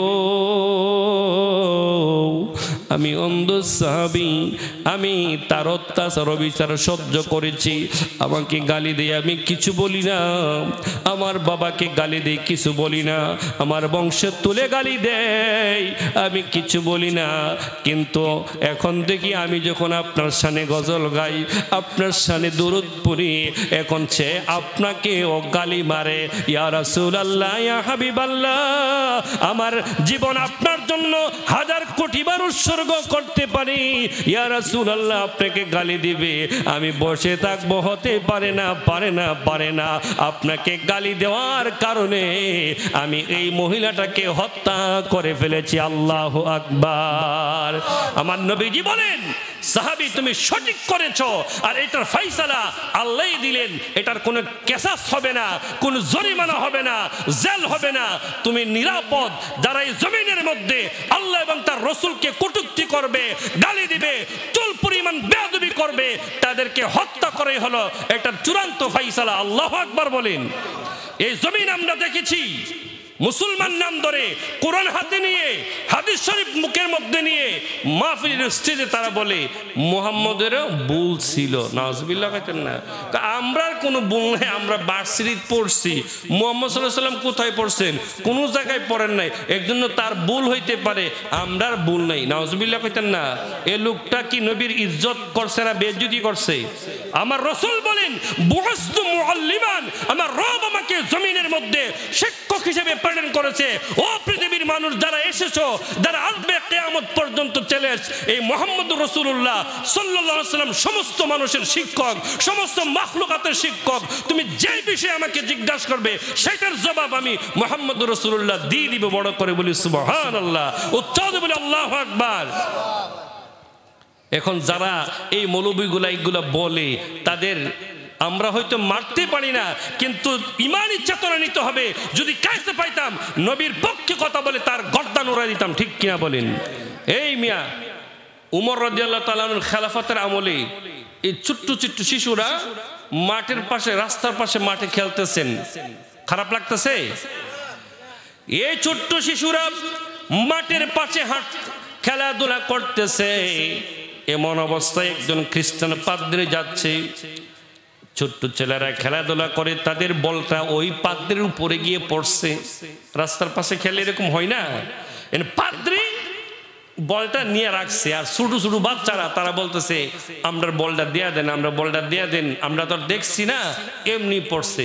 পাদ্রী বলতেছে বলটা আর দেব না। বাচ্চাটি রাগ কমছে না বাড়ছে? কমছে না বাড়ছে? বাচ্চাটি বলতেছে বল দিয়ে দেন, আমরা মুসলমান, আপনি খ্রিস্টান পাদ্রী, আপনারা সম্মান করি, আপনি বলটা দিয়া দেন। মুসলমান, নবীর নাম কি? মুহাম্মাদুর রাসূলুল্লাহ সাল্লাল্লাহু আলাইহি সাল্লাম। এই কথা বলার পরে এই পাদ্রী এরা দমক দিয়েছে এবং নবীর বিরুদ্ধে খারাপ মন্তব্য করছে। নাউজুবিল্লাহ কইতেন না? যেই মাত্র খারাপ মন্তব্য করলো, নবীজির শানে কটূক্তি করেছে, নবীজির শানে বেয়াদবি করেছে। এই ছোট্ট ছোট্ট শিশু বাচ্চাটি আমার নবীরে গালি দিছে, বল দিলে দিব, না দিলে নাই, আমার নবীরে গালি দিছে, বসে থাকা জানা। সুবহানাল্লাহ কন্যা, আল্লাহু আকবার বলেন। আর এই জন্য সন্তান বাপের গালি দিব, সন্তান নমস্কার দিয়ে আয় পড়বে, এটার নাম কি সন্তান নাকি? বাপের গালি দিলে ছাড় দেওয়ার দরকার আছে? ছাড় দেওয়া যাবে? সে আমার অস্তিত্ব ধ্বংস করে দিচ্ছে। আর যেন মুহাম্মাদুর রাসূলুল্লাহ সাল্লাল্লাহু আলাইহি সাল্লামকে গালি দিছে, কারে ইদিদ আমার ঈমান, ওই নবীকে গালি দিচ্ছে। এই অবস্থায় শিশু বাচ্চাগুলা সবাই একসাথে যোগ হয়ে বুড়া ফাদ্রীরে ইচ্ছা মতো ওই জায়গায় হিচ্ছে। কি করছে? ইচ্ছা মতে ফিরতে ফিরতে তার বাপের নাম বলেছে। এরপরে সে পাদ্রী দৌড়ায়া গিয়া খলিফাতুল মুসলিমিন উমর ইবনে খাত্তাবের কাছে বিচার দিছে, তোমার মুসলমান ছোট্ট ছোট্ট বাচ্চারা আমারে ফিরছে। তো জিগাইল, কি রে ফিরছে? ছোট্ট শিশুগুলার বিচার করবে, আজকে কোড়ে তুলবে হাজার হাজার মানুষ। এমন অবস্থায় ছোট্ট শিশুগুলা বলেন, ওমর ইবনুল খাত্তাব একবার নয় দুইবার নয়, গলার মধ্যে হাজারো বার ছুরি লাগাইতে পারবে, মিথ্যা বলবো না। তবে কেন মারছি জানুনি? সে আমার নবীর বিপক্ষে কথা বলেছে, নবীকে কটূক্তি করে কথা বলেছে। এই জালেমকে এই জন্য জাহান্নামে পাঠিয়ে দিয়েছে। আল্লাহু আকবার। মনে বড় আশা ছিল যাব মদিনা, মনে বড় আশা ছিল যাব মদিনা। সালাম আমি করব গিয়ে, সালাম আমি করব গিয়ে নবীর রওজা। মনে বড় আশা ছিল যাব মদিনায়। মদিনা যাইতে চাই কি চাই না? এই যে কইলাম মদিনা যাবো, ইদাও শেরেক, নাউজুবিল্লাহ কইতেন না? এই দেশের মধ্যে একদল বই লেখছে হজ করে মক্কা থেকে মদিনা যাওয়ার দরকার নাই, মদিনা কোনো হজের অংশ না। নাউজুবিল্লাহ কইতেন না? এই মিয়া আশিকে রাসূল যারা, তাদের প্রাণের দাবি, ইমানের দাবি, সমস্ত হক্কানি ওলি আল্লাহদের দাবি এই মক্কা থেকেও আরো সুন্দর মদিনা শরীফ, এই হানে কাবার চেয়েও আরো বেশি দামি মদিনা শরীফের যেই জায়গায় আমার নবীজি শুয়ে আছে, আর শাহজাব থেকেও দামি আমার নবী যেই জায়গাতে শুয়ে আছেন। বড় করে বলি সুবহানাল্লাহ, আল্লাহু আকবার বলেন। আরে ব্যাককলটা এদিকে বললাম, সিন নবীর চিনল না, তার ইমান পাইবে করতে, ঠিক কিনা বলেন? তো এই যে মেরাজের মাস ফটো আয় পড়ছে, লেখব যে নবীজি তো আসমানও গেছে, সিদরাতুল মুনতাহা এর উপরে আর যাইতাছে না, আর গেলেও আল্লাহরে সরাসরি দেখছে না। নাউজুবিল্লাহ কইতেন না? আচ্ছা আপনারা যা আমার দাওয়াত দিচ্ছেন, আমি আপনাদের শিবনগরে আসছি, মানে আপনারা কি সবাই এই ঘরের ভিতরে দরজা লাগায় বই রয়েছেন আর আমি গুইরা গেড়ে গেছি কেন? কি আপনাদের বিবেকে কি বলে? আল্লাহ রাব্বুল আলামিন দাওয়াত দিয়েছেন, দাওয়াত দিয়ে সাত আসমান পাড়ি দিয়ে লৌহ কলম পাড়ি দিয়ে আরশ আযিমে নিলেন, আল্লাহর সামনে বসাইলেন। ফাকানা কাবা কাউসাইনি আও আদনা, একেবারে দোনোকে সামনাসামনি। আচ্ছা সামনাসামনি বই এর পরে আল্লাহ বুঝি পর্দা হালায়া এরপরে বুঝি কথা কইছে নবীর সঙ্গে। নাউজুবিল্লাহ বলেন। যে সকল উলামায়ে কেরাম এই ফিতনা ছড়াচ্ছেন, আপনাদের জ্ঞাতার্থে বলছি, ঈমান রক্ষা করেন, ভুল বুঝছেন না। মুসা নবী দেখতে এসেছিল আল্লাহরে, আল্লাহ বলেন লাং তারানি আই ফিদ দুনিয়া, দুনিয়াতে আমাকে দেখবে না, পরকালে দেখবে। কিন্তু মুসা নবী দেখতে চাইছে, আমার নবী দেখতে চাই নাই, আল্লাহ দাওয়াত দিয়ে নিয়েছেন। সুবহানাল্লাহ বলেন, আল্লাহু আকবার বলেন। এই যে মেরাজের মাস আসছে, দেখবেন একদল মুনাফিক মেরাজের কোনো ওয়াজই করতো না, আর ওয়াজ করলে এই বাইতুল্লাহ শরীফ থেকে বাইতুল মুকাদ্দাস এরপরে আহার যাইতো না। নাউজুবিল্লাহ কইতেন না? তারা ইমান চুর, তারা কি চুর? ইমান চুর। তো হাজিরিন, আমার নবীজির শান কত যে মহান, আমরা এই নবীর পক্ষে থাকতে চাই কি চাই না? বলেন থাকতে চাই কি চাই না? ওয়া মান ইউতি'িল্লাহা ওয়ার রাসূল ফাউলাইকা মা'আল্লাযীনা আন'আমাল্লাহু আলাইহিম মিনান নাবিয়্যিন ওয়াস-সিদ্দীকিন ওয়াশ-শুহাদা'i ওয়াস-সালিহিন। আল্লাহু আকবার।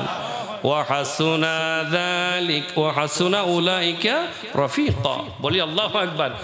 হাজিরিন, এই ঘটনাটা হলো হযরত সাওবান রাদিয়াল্লাহু তাআলা আনহু। উনি পুরুষ না মহিলা? পুরুষ সাহাবী। হযরত বলেন সাওবান রাদিয়াল্লাহু তাআলা আনহু। উনাকে নবীজি কিনলেন গোলাম হিসাবে। কি হিসাবে বলেন? একটু কথা বলেন। কি হিসাবে? গোলাম হিসাবে কিনলেন। কিনার পরে আমার নবীজি বললেন, সাওবান তোমার ইচ্ছা হলে তুমি চলে যাইতে পারো, আমি তোমাকে এখানে আর রাখবো না, তুমি চলে যাও। ওই সাওবান রাদিয়াল্লাহু তাআলা ছোট্ট মানুষ, তিনি আমার নবীজির নূরানের চেহারা মুবারকের দিকে তাকাই আর বলে জমিন আয়েশা কত মানুষ দেখলাম কিন্তু এমন রহমতের নবী এমন মায়ার নবী এমন নূরের নবী আর গোটা জিন্দেগিতে দেখি নাই ইয়া রাসূলুল্লাহ ইয়া হাবিবাল্লাহ নবী গো আমি আপনাকে ছেড়ে আর কোথাও যাব না কারণ আপনি ছাড়া আমার আপন কেউ নাই বলি সুবহানাল্লাহ আমি আপন বলে আর কারে ডাকিব দয়াল নবী গো আপন বলে আর কারে ডাকিব আমি আপন বলে আর কারে ডাকিব প্রাণের হাবিবি গো আপন বলে আর কারে ডাকিব আপন ছেড়ে কেন আমি আপন ছেড়ে কেন আমি দূরে থাকিব দয়াল নবী গো আপন বলে আর কারে ডাকিব বলেন তো দেখি আপনার জন্য আপনার মা আপন না নবী আপন আপনার জন্য আপনার বাবা আপন না নবী আপন আপনার জন্য আপনার স্ত্রী আপন না নবী আপন বন্ধুরে আপনার স্ত্রী বলে যাবে মা বলে যাবে বাবা বলে যাবে সন্তান বলে যাবে এই ইমাম সাহেব বলে যাবে কিন্তু দয়াল নবী বলে নাই বলবেন না কবরে হাসরে মিজানে ফুলসারাতে এমনকি জান্নাতেও সুবহানাল্লাহ কোন আল্লাহু আকবার বলেন এই সাওবান রাদিয়াল্লাহু তাআলা বলেন নবী গো আপনার ছাড়া আমি যাইতে পারবো না এই সাওবান রাদিয়াল্লাহু তাআলা আস্তে আস্তে বড় হলেন হওয়ার পরে তার ভিতরে একটা এই সব সময় নবীর দরবার আসতেন আর নবীজির নুরানি চেহারা মুবারকের দিকে ছায়া থাকতেন কন্যা সুবহানাল্লাহ বিয়ে শাদী করলেন সেলিমি হইল দরবার থেকে বাড়ি যা আবার গিয়ে দুইটা নবীর দরবারে আসা নবীর চেহারা মুবারকের দিকে ছায়া থাকে সুবহানাল্লাহ কন্যা কিছুক্ষণ পর আবার যা আবার দুনিয়া নবীর দরবারে আসো নবীজি বলে কি সাওবান বাড়িতে ভালো লাগে না সাওবান রাদিয়াল্লাহু তাআলা বলে ইয়া রাসূলুল্লাহ ইয়া হাবিবাল্লাহ স্ত্রী সুন্দরা ছেলে মেয়ে ফুটফুটি কিন্তু তাদের চেহারার দিকে তাকাইলেই শান্তি লাগে না আপনার নুরানি চেহারা মুবারকের দিকে তাকাইলে আমার তৃষ্ণা লাগে না আমার খিদা লাগে না আমার কষ্ট থাকে না আপনার দিকে তাকাই থাকলে এত শান্তি যেন আমি জান্নাতও পাইব না বড় করে বলি সুবহানাল্লাহ আপনাকে না দেখে আমি বাঁচতে পারবো না সুবহানাল্লাহ বলেন এই দয়াল নবী যে একদিন কোথায় চলে গেলেন সাওবান রাদিয়াল্লাহু তাআলা আনহু বাড়ি থেকে আসছেন আয়েশা নবীজির হুজরা মুবারকে দেখেন না না দেখে তিনি এরকম করে খুঁজতে খুঁজতে লাগলেন ক্লান্ত হয়ে গেলেন একদিন দুই দিন তিন দিন গেল সাওবান রাদিয়াল্লাহু তাআলা আনহু কোনো ভাতও খায় না কোনো পানও করে না পাগল পারা হয়ে রইল তো তিনি রাস্তার মধ্যে বসছেন আর এই চোখের পানি ছায়াছে না নবীর জন্য কাঁদতেছেন সুবহানাল্লাহ কন্যা আমার দয়াল নবীজি সফর শেষ করে যখন আসলেন আয়েশা রাস্তার মধ্যে দেখেন সাওবান রাদিয়াল্লাহু তাআলা কান্নাকাটি করেন এমন অবস্থায় আমার নবী বলে সাওবান রে কেন কান্দো তোমার মন খারাপ কেন ওই সাওবান রাদিয়াল্লাহু তাআলা বলেন নবী গো আপনাকে আজকে একদিন দুই দিন তিন দিন ধরে দেখি না আমি তো এক মুঠো ভাতও খাই না পানিও পান করি না বাড়িতেও ভালো লাগে না আপনাকে না দেখলে তো আমার প্রাণ সহ্য হয় না আপনারা ছাড়া আমি বাঁচতে পারবো না আপনাকে না দেখলে আমার ভালো লাগে না আল্লাহু আকবার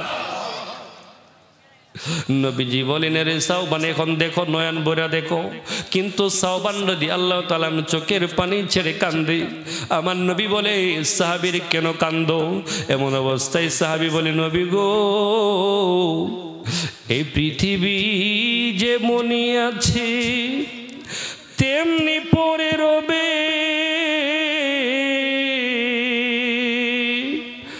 সুন্দর এই পৃথিবী ছেড়ে কি দিন চলে যেতে হবে রে মন চলে যেতে হবে সাওবান রাদিয়াল্লাহু তাআলা নবী গো, আমার মনে মৃত্যুর কথা স্মরণ হয়ে গেছে, আমার মনে হয় আমি আর বেশি দিন বাঁচব না। ইয়া রাসূলুল্লাহ, ইয়া হাবিবাল্লাহ, আমি আমার মৃত্যুর কথা চিন্তা করি, আপনিও তো একদিন থাকবেন না, কারণ আদম নবী থাকে নাই, ঈসা নবী থাকে নাই, ইব্রাহিম নবী থাকে নাই। আল্লাহ তাদেরকে ইন্তেকাল দিয়ে পরকালে তাদেরকে নিয়ে গেছেন, আবার ওই জগতে তাদেরকে হায়াতুন নবী ঘোষণা করেছেন। সুবহানাল্লাহ, আল্লাহু আকবার। নাম বলতে চাই না কিন্তু বলা লাগে। মুতানবিসুন সালেহি সোনাগান্দা বহুমুখী কামিল মাদ্রাসার যিনি মুহাদ্দিস ছিলেন, এই মুতালেব হোসেন সালেহি এতদিন নবীর গান গাইছে, এখন তিনি অন্য দলে গেছে। কোন দলে গেছে? অন্য দল মানে নবীর বিপক্ষে গেছে। নাউজুবিল্লাহ কইতেন না, গিয়া আমরার বদনাম করতেছে যে সুন্নিরা বলে নবী মরছে না, ওদা ফর্দা করছে, আর এই অবস্থায় নাকি সুন্নিরা তারা গুমরাহির মধ্যে আছে। নাউজুবিল্লাহ কইতেন না। আমরা নবীজিকে এমন মানে নবীজি ইন্তেকাল করেছেন, এটাকে অস্বীকার করা যাবে? এবং তিনি পরকালে হায়াতুন নবী, এটাই হচ্ছে আমাদের আকীদা। এই বন্ড মুতালেবের রাস্তাদিরা আরো কয়েক বক্তারা আমাদেরকে এরকম বলতেছে, আমরা নাকি বলি নবী মারা গেছেন না। আরে নবী ইন্তেকাল করছেন, কিন্তু নবী পরজগতে রওজা মুবারকে আদম নবী থেকে ঈসা নবী এবং আমার নবী হায়াতুন নবী বড় করে বলি সুবহানাল্লাহ। এবং তারা কতই না উত্তম বন্ধু, বলি সুবহানাল্লাহ। এখন হাজিরিন, এই আয়াতে কারিমার মধ্যে বলছে যদি যারা আল্লাহ রসুলকে মহব্বত করবে, ভালোবাসবে, অনুসরণ করবে, তারা থাকবে আল্লাহ রসুলের সঙ্গে জান্নাতি, তারা থাকবে শহীদদের সঙ্গে জান্নাতি, তারা থাকবে সিদ্দিকগণদের সাথে জান্নাতি, তারা থাকবে সলিহিন আউলিয়াইল কামিলিনদের সঙ্গে জান্নাতি। এখন আবু বকরের মতন আমল কি আমাদের আছে? এক হুসাইন রাদিয়াল্লাহু তাআলার মতন আমল কি আমাদের আছে? বলেন আছে নাকি? গাউসে পাকের মতন আমল আছে আমাদের, খাজা বাবার মতন আমল আছে আমাদের। কিন্তু আল্লাহ যা বললেন, এরপরে আল্লাহ রাব্বুল আলামিন বলেন, আমি আল্লাহ ওয়া যালিকা ফাদলুল্লাহি, আমি রব্বুল আলামিন দয়া করে মায়া করে তোমাদেরকে তাদের সঙ্গে থাকার ব্যবস্থা করব, যদিও তোমাদের আমল তাদের মতো না। আল্লাহু আকবার বলেন। এই কথাটা কি বুঝতে পারছেন? আমাদের আমল কি নবীর সাথে তুলনা দেওয়া যাবে? আবু বকর রাদিয়াল্লাহু তাআলার সাথে তুলনা করা যাবে? এই এরকম করে হুসাইন রাদিয়াল্লাহু তাআলার সঙ্গে তুলনা করা যাবে? খাজা বাবার সাথে তুলনা করা যাবে? আমরা তাদেরকে ভালোবাসি, আল্লাহর ওয়াদা হলো তাদের সঙ্গে তোমরা জান্নাতে থাকবে। তাহলে এটা কিভাবে? এরপরের আয়াতে আল্লাহ বলেন, আমার ফজল, আমার দয়া, আমার করুণা তোমাদেরকে তাদের সঙ্গে নিয়ে যাবে। কেন? তোমরা তাদেরকে ভালোবাসছিলা। সুবহানাল্লাহ বলেন। এখানে ওলামায়ে কেরামগণ আসছেন, আপনারা সূরা নিসার 69 নম্বর আয়াত এবং 70 নম্বর আয়াতের তাফসীর মাজারি খুলেন, আল্লাহর কসম আল্লাহ এই কথাটাই বললেন যে তোমরা আল্লাহ এবং তার রাসূলের ইতিআত করো। ইতিআত করতে হলে প্রথমে তাকে ভালোবাসতে হবে, মহব্বত করতে হবে, তারপর তাকে ইতিআত, অনুসরণ, আমল, আখলাক তাটি আমার বাস্তব জীবনে বাস্তবায়িত করা যাবে। আর এটা করতে পারলে মিনান নাবিয়্যিনা ওয়াস-সিদ্দিকিনা ওয়াশ-শুহাদাই ওয়াস-সলিহিন, তুমি থাকবে নবীদের সঙ্গে। এই নবী বলতে হযরত মুহাম্মদ মুস্তাফা আহমদ মুজতবা সাল্লাল্লাহু আলাইহি ওয়াসাল্লাম। তুমি থাকবে সিদ্দিকগণদের সঙ্গে, সিদ্দিক আবু বকর রাদিয়াল্লাহু তাআলার সঙ্গে, তুমি থাকবে শহীদদের সঙ্গে, ইমাম হোসেন রাদিয়াল্লাহু তাআলার সঙ্গে, তুমি থাকবে সলিহিনদের সঙ্গে, আই আউলিয়াইল কামিলিন, তুমি থাকবে খাজা মঈনুদ্দিনের সঙ্গে। জান্নাতের মধ্যে কিভাবে? তোমার আমল দিয়ে নয়, তোমার আমল দিয়ে নয়, তোমার ইবাদত দিয়ে নয়, আমার আল্লাহর ফজলে, আমি আল্লাহর রহমতে। আমি আল্লাহর রহমত করবো কিভাবে? তুমি যে একটা ভালোবাসার সম্পর্ক করছো। এই জন্য আব্দুল্লাহ ইবনে মাসউদ রাদিয়াল্লাহু তাআলা জিজ্ঞাসা করেছিলেন, ইয়া রাসূলুল্লাহ, উম্মতেরা আপনাকে মহব্বত করবে, ওলি আল্লাহদেরকে মহব্বত করবে, কিন্তু তাদের এমন আমল থাকবে না, কিন্তু তারা তাদেরকে ভালোবাসে, এটার উপহার কি পাবে? আল্লাহ রাসূল বলেন, আল মারউ মান আহাব্বা, যে যাকে ভালোবাসবে ঈমান নিয়ে, মহব্বত নিয়ে, সে তার সঙ্গে জান্নাতে থাকবে। বড় করে বলি সুবহানাল্লাহ, আল্লাহু আকবার বলেন। তাহলে আমরা ওই নবীর ভালোবাসা চাই কি চাই না? দরকার আসেনি? দরকার আসেনি? যে ব্যক্তি নবীর ভালোবাসা থেকে দূরে নিতে চাই, সে যত বড় আলেম হোক, মুফতি হোক, মুহাদ্দিস হোক, আমরা তার সাথে যাইতে চাই না। ইচ্ছে জাগে আমাদের যেতে মদিনা, ইচ্ছে জাগে চুমু খেতে সোনালি রোজা, ইচ্ছে জাগে আমাদের যেতে মদিনা, ইচ্ছে জাগে চুমু খেতে সোনালি রোজা। ইচ্ছা জাগিনি? তাহলে আজকে জুমার রাত্রি নবীর উপর যারা বেশি বেশি মহব্বত করে অনুসরণ করে তার উপর দুরুদ সালাম বেশি বেশি পড়বে।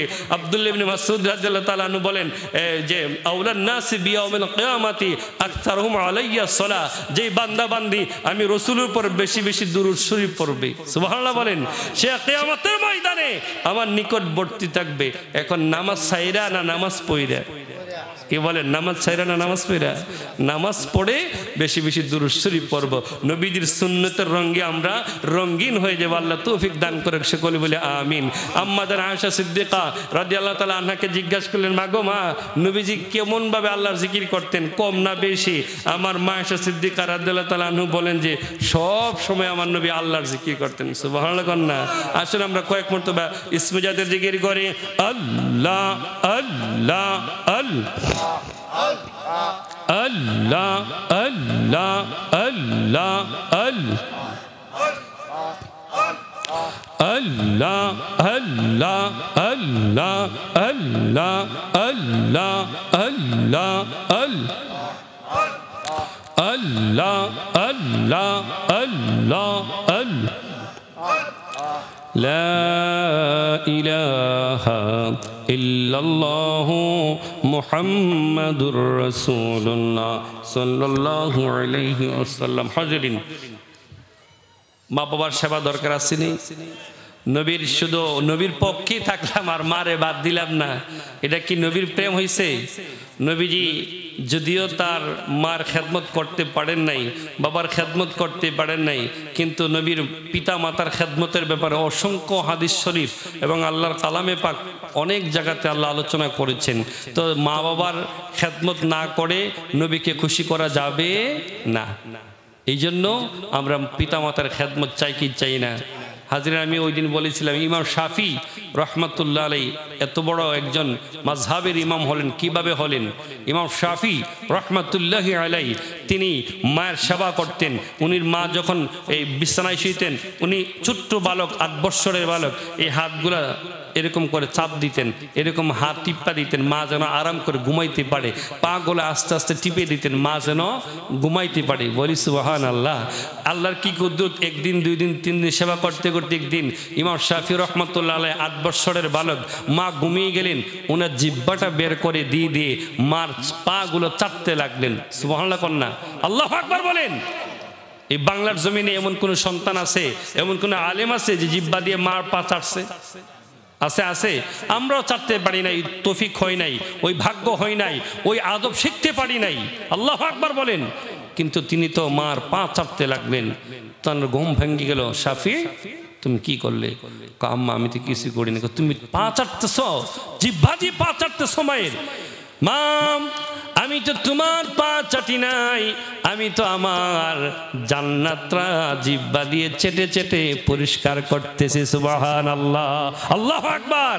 আল্লাহর হাবিব বলেন, ও পৃথিবীর মানুষ, জান্নাত তুমি দেখতে চাও, জান্নাত পাইতে চাও, জান্নাত তোমার ঘরে, কারণ তোমার মায়ের কদমের নিচে হলো তোমার জান্নাত। যদি তোমার মাকে সেবা করে, ভালোবাসা দিয়ে খেদমত করে খুশি করতে পারো, তাহলে এইটাই তোমাকে জান্নাতে নিয়ে যাবে। বলি সুবহানাল্লাহ। আল্লাহর হাবিব বলেন, বিররুল ওয়ালিদাইনি আফদালু মিনাস সালাতি ওয়াজ যাকাতি ওয়াস সাওমি ওয়াল হজ্জি ওয়াল উমরাতি ওয়াস সাদাকাতি। বড় করে বলি সুবহানাল্লাহ। আজকে নামাজ পড়েন, আপনার পাশের বড় ভাইয়ের ঘরে মা থাকে, আপনার এমন ঘৃণা হয়ে গেল আপনি মাকে ডাক দিতে পারেন না। আফসোস আপনার জন্য। আল্লাহ রসুল বলেন, বিররুল ওয়ালিদাইনি, পিতামাতার খেদমত করা আফদালু মিনাস সালাত, নামাজ থেকেও আরো বেশি সওয়াব। কন্যা সুবহানাল্লাহ, আল্লাহু আকবার বলেন। আবুল হাসান খারকানি রহমাতুল্লাহি আলাইহি এত বড়, মস্ত বড় আল্লাহর ওলি হলেন।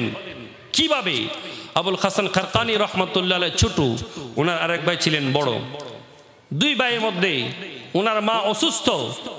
তো এক ভাই বলতেছেন, বড় ভাই বলতেছেন যে, তুমি তো মার খেদমত করো, আমার সুযোগ দাও, তাহলে আমি সারা রাত তাহাজ্জুদের নামাজ পড়বো। ফরজ নামাজ পড়া না ফিরা?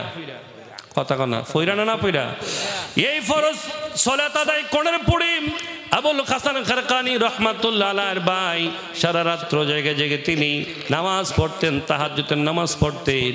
আর আবুল হাসান খারকানি রহমাতুল্লাহ আলাইহি ফরজ নামাজ পড়ার পরে মায়ের সেবার মধ্যে নিয়োজিত থাকতেন। বন্ধুরে আমার, কিছুদিন যাওয়ার পরে মা দুঃখিনী ইন্তেকাল করে। আর ওই জায়গার মধ্যে থেকে মাকে বিদায় করে দেওয়ার পরে দেখা গেল আবুল হাসান খারকানি রহমাতুল্লাহ আলাইহি জগৎ বিখ্যাত একজন আল্লাহর ওলি হয়ে গেলেন। বলি সুবহানাল্লাহ। তাকে জিজ্ঞাসা করা হলো, এই বড় ভাই জিজ্ঞাসা করি, আবুল হাসান খারকানি, তুমি দি তাহাজ্জুদ পড়লা না, এত বেশি ইবাদত করো না, কিন্তু তুমি কিভাবে আল্লাহর ওলি হয়েছো আমাকে একটু জানিয়ে দাও। আবুল হাসান খারকানি রাহমাতুল্লাহ আলাইহি বলেন, বাইরে ভাই, আমার কোনো যোগ্যতা নাই, কিন্তু আমি যে মায়ের খেদমত করেছি, আমার মা মাথার মধ্যে হাত রাখা বারে বারে আকাশের দিকে চায় চায় কইতো, আল্লাহ আমার আবুল হাসান রে তুমি ওলি বানাইয়া দিও। সুবহানাল্লাহ। ওই মা দুঃখিনীর সেবা করার ফলে মা দুঃখিনী আমার জন্য দোয়া করেছে, আমি এই মায়ের দোয়ার বরকতে আল্লাহর ওলি হয়েছি। সুবহানাল্লাহ। ও তোমরা কোনো দিন মায়ের মনেতে কষ্ট দিও না, তোমরা কোনো দিন মায়ের মনেতে কষ্ট দিও না। ও মার মনেতে কষ্ট দিলে আল্লাহ পাকে সহে না, তোমরা কোনো দিন মায়ের মনেতে কষ্ট দিও না। মার মনে কষ্ট দেওয়া যাবে? মার দো আল্লাহর ওলি, জগৎ বিখ্যাত ওলি হয়ে গেলেন। আর ওইদিকে নামাজ পড়া তো ওলি হইতে পারে না। এই জন্য কি নামাজ ছেড়া দিতে হবে? নামাজও পড়তে হবে, মারও সেবা করতে হবে। হাজিরিন, ইমাম শাফি রাহমাতুল্লাহ আলাইহি তিনি বললেন, মা আমি তো জিহ্বা দিয়ে দিয়ে দিয়ে দিয়ে এরকম করে জান্নাত পরিষ্কার করতেছি। মা খুশি হয়ে গেলেন। মা খুশি হয়ে গেলেন, যারে আমার ছেলে আমার কত খেদমত করে।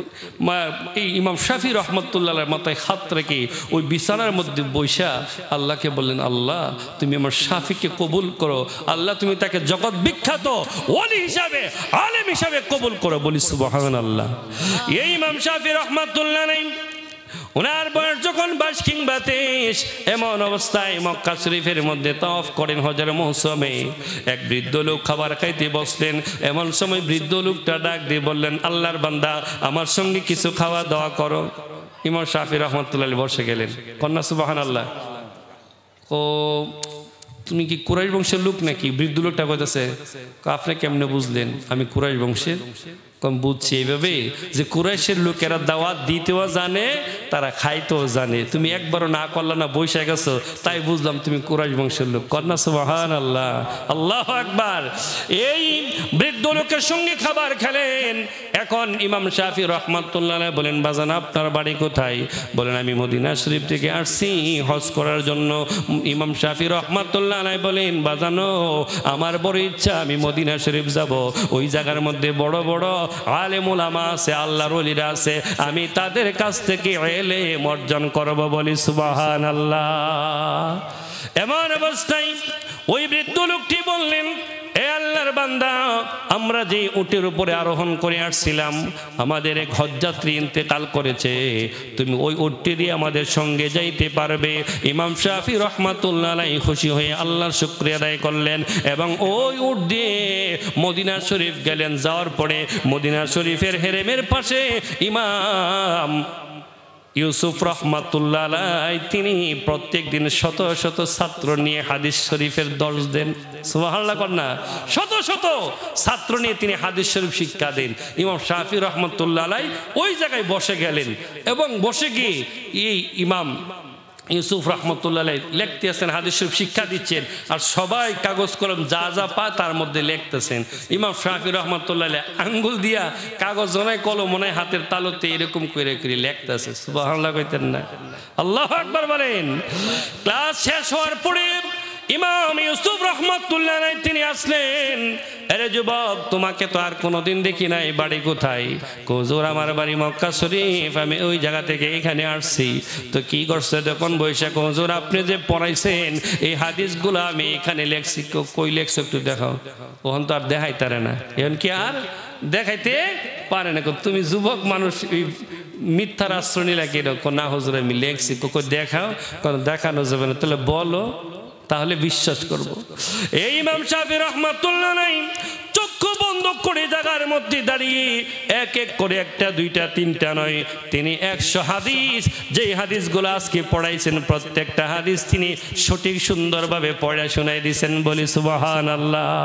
ইমাম ইউসুফ রাহমাতুল্লাহ আলাইহি তাকে খুলে নিলেন আর জিজ্ঞাসা করলেন, বাবুরে তুমি ইলম কোথায় থেকে শিখলা? কাগজ নাই, কলম নাই।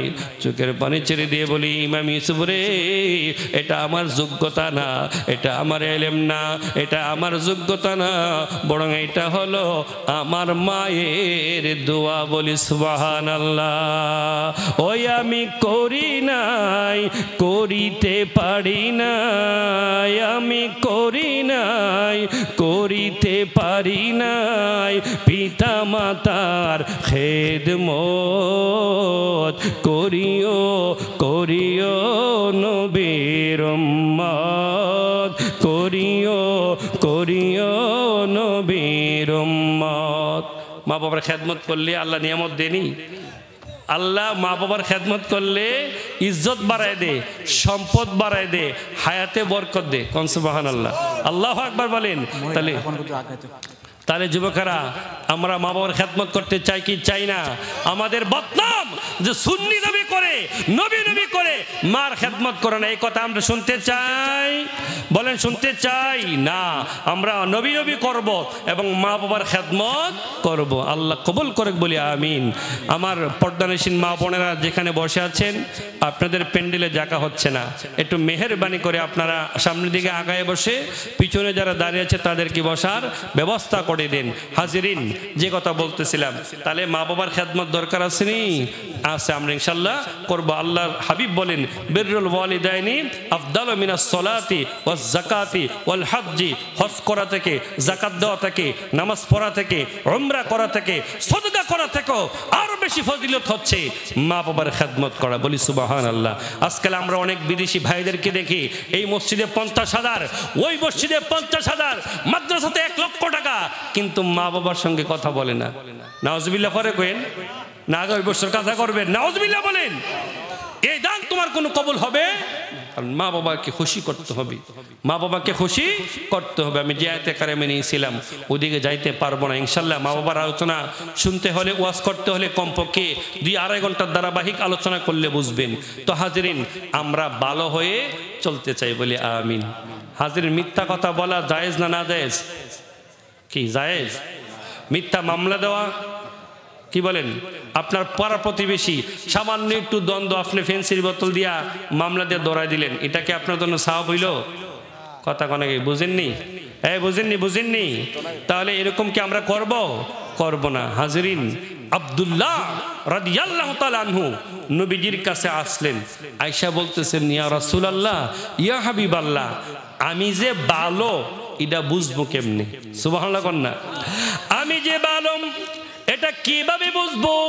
আমার নবীজি বললেন, আব্দুল্লাহ রে, ও আব্দুল্লাহ, তুমি যে ভালো কিভাবে বুঝবা? তুমি যদি দোকানপাটে যাও, তুমি যদি রাস্তাঘাটে যাও, তোমার চলে যাওয়ার পরে কানটা খাড়া কইরা রাখো। কন্যা সুবহানাল্লাহ। কান খায়রা করে মানে কান্ডারে সজাগ রাখো। তুমি চলার পথে তুমি চলে যাচ্ছ, দূরে যাওয়ার পরে তোমার পিছনের লোকগুলা যদি বলে, আব্দুল্লাহ, যেই ছেলেটা হাইটা যাচ্ছে শিবনগরের, সে সকলের আগে সালাম দেয়, সকলের আগে সালাম দেই, মানুষের সাথে ভালো ব্যবহার করে। আর কত যুবক আছে ঝগড়া করে, ইয়াবা টানে, ফেন্সি টানে, কিন্তু আব্দুল্লাহ রে কোনোদিন খারাপ ছেলেদের সঙ্গে চলতে দেখি নাই। বাড়িতে মা বাবার সঙ্গে ভালো ব্যবহার করে, তারপর রশির সাথে সে ভালো সম্পর্ক রাখে। তাহলে আব্দুল্লাহ, তুমি বুঝে নিবা এই সমাজের মধ্যে তুমি ভালো এবং তুমি রসুলের কাছে ভালো, আল্লাহর কাছে ভালো, তোমার ঠিকানা হবে আল্লাহর জান্নাত। সাথে বলি সুবহানাল্লাহ, আল্লাহু আকবার বলেন। আরে আব্দুল্লাহ, তুমি যদি দোকান পাটে বসো, রাস্তাঘাটে চলার পরে তুমি চলে যাওয়ার পরে যদি বলে এই আব্দুল্লাহ তার আচার ব্যবহার ভালো না, বড় বেয়াদব, গত কয়েকদিন আগে শুনছি তার মারে ধরে ফিরছে, তার জ্বালা পড়োশিরা কষ্ট পায়, এই কথা যদি তুমি শোনো রে, ওরে আব্দুল্লাহ তুমি মনে করবা তোমার প্রতি নবী অসন্তুষ্ট, আল্লাহ অসন্তুষ্ট, ফেরেশতারা অসন্তুষ্ট, তোমার ঠিকানা হবে জাহান্নামে। বলি না আউযুবিল্লাহ। এই জন্য আমাদের আচার ব্যবহার ভালো করতে হবে কিনা বলেন, কথা কোন ভালো করতে হবে কিনা? আমি জান্নাতে কি না, আমি জান্নাতে কিনা কিভাবে বুঝবো? এইভাবেই বুঝবেন। আপনি চলে যাওয়ার পরে লোকগুলা যদি বলে যে না তার চরিত্র, তার আমল আখলাক অনেক ভালো, ডরে ভয়ে না মন থেকে, কথা কোন ডরে ভয়ে না মন থেকে, ডরে ভয়ে না মন থেকে।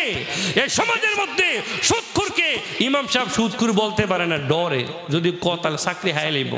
আমার জীবনের বাস্তব অভিজ্ঞতা, আমি দারুন নাজাত থেকে যখন ফাজল কমপ্লিট করলাম এবং চিটাং রুট মসজিদে ইন্টারভিউ দিতে গেলাম, আমার ইমিডিয়েটলি বড় ভাই উনি আছে, উনি সাক্ষী, ইন্টারভিউ দিলাম, ফার্স্ট হইলাম, চাকরি হবে।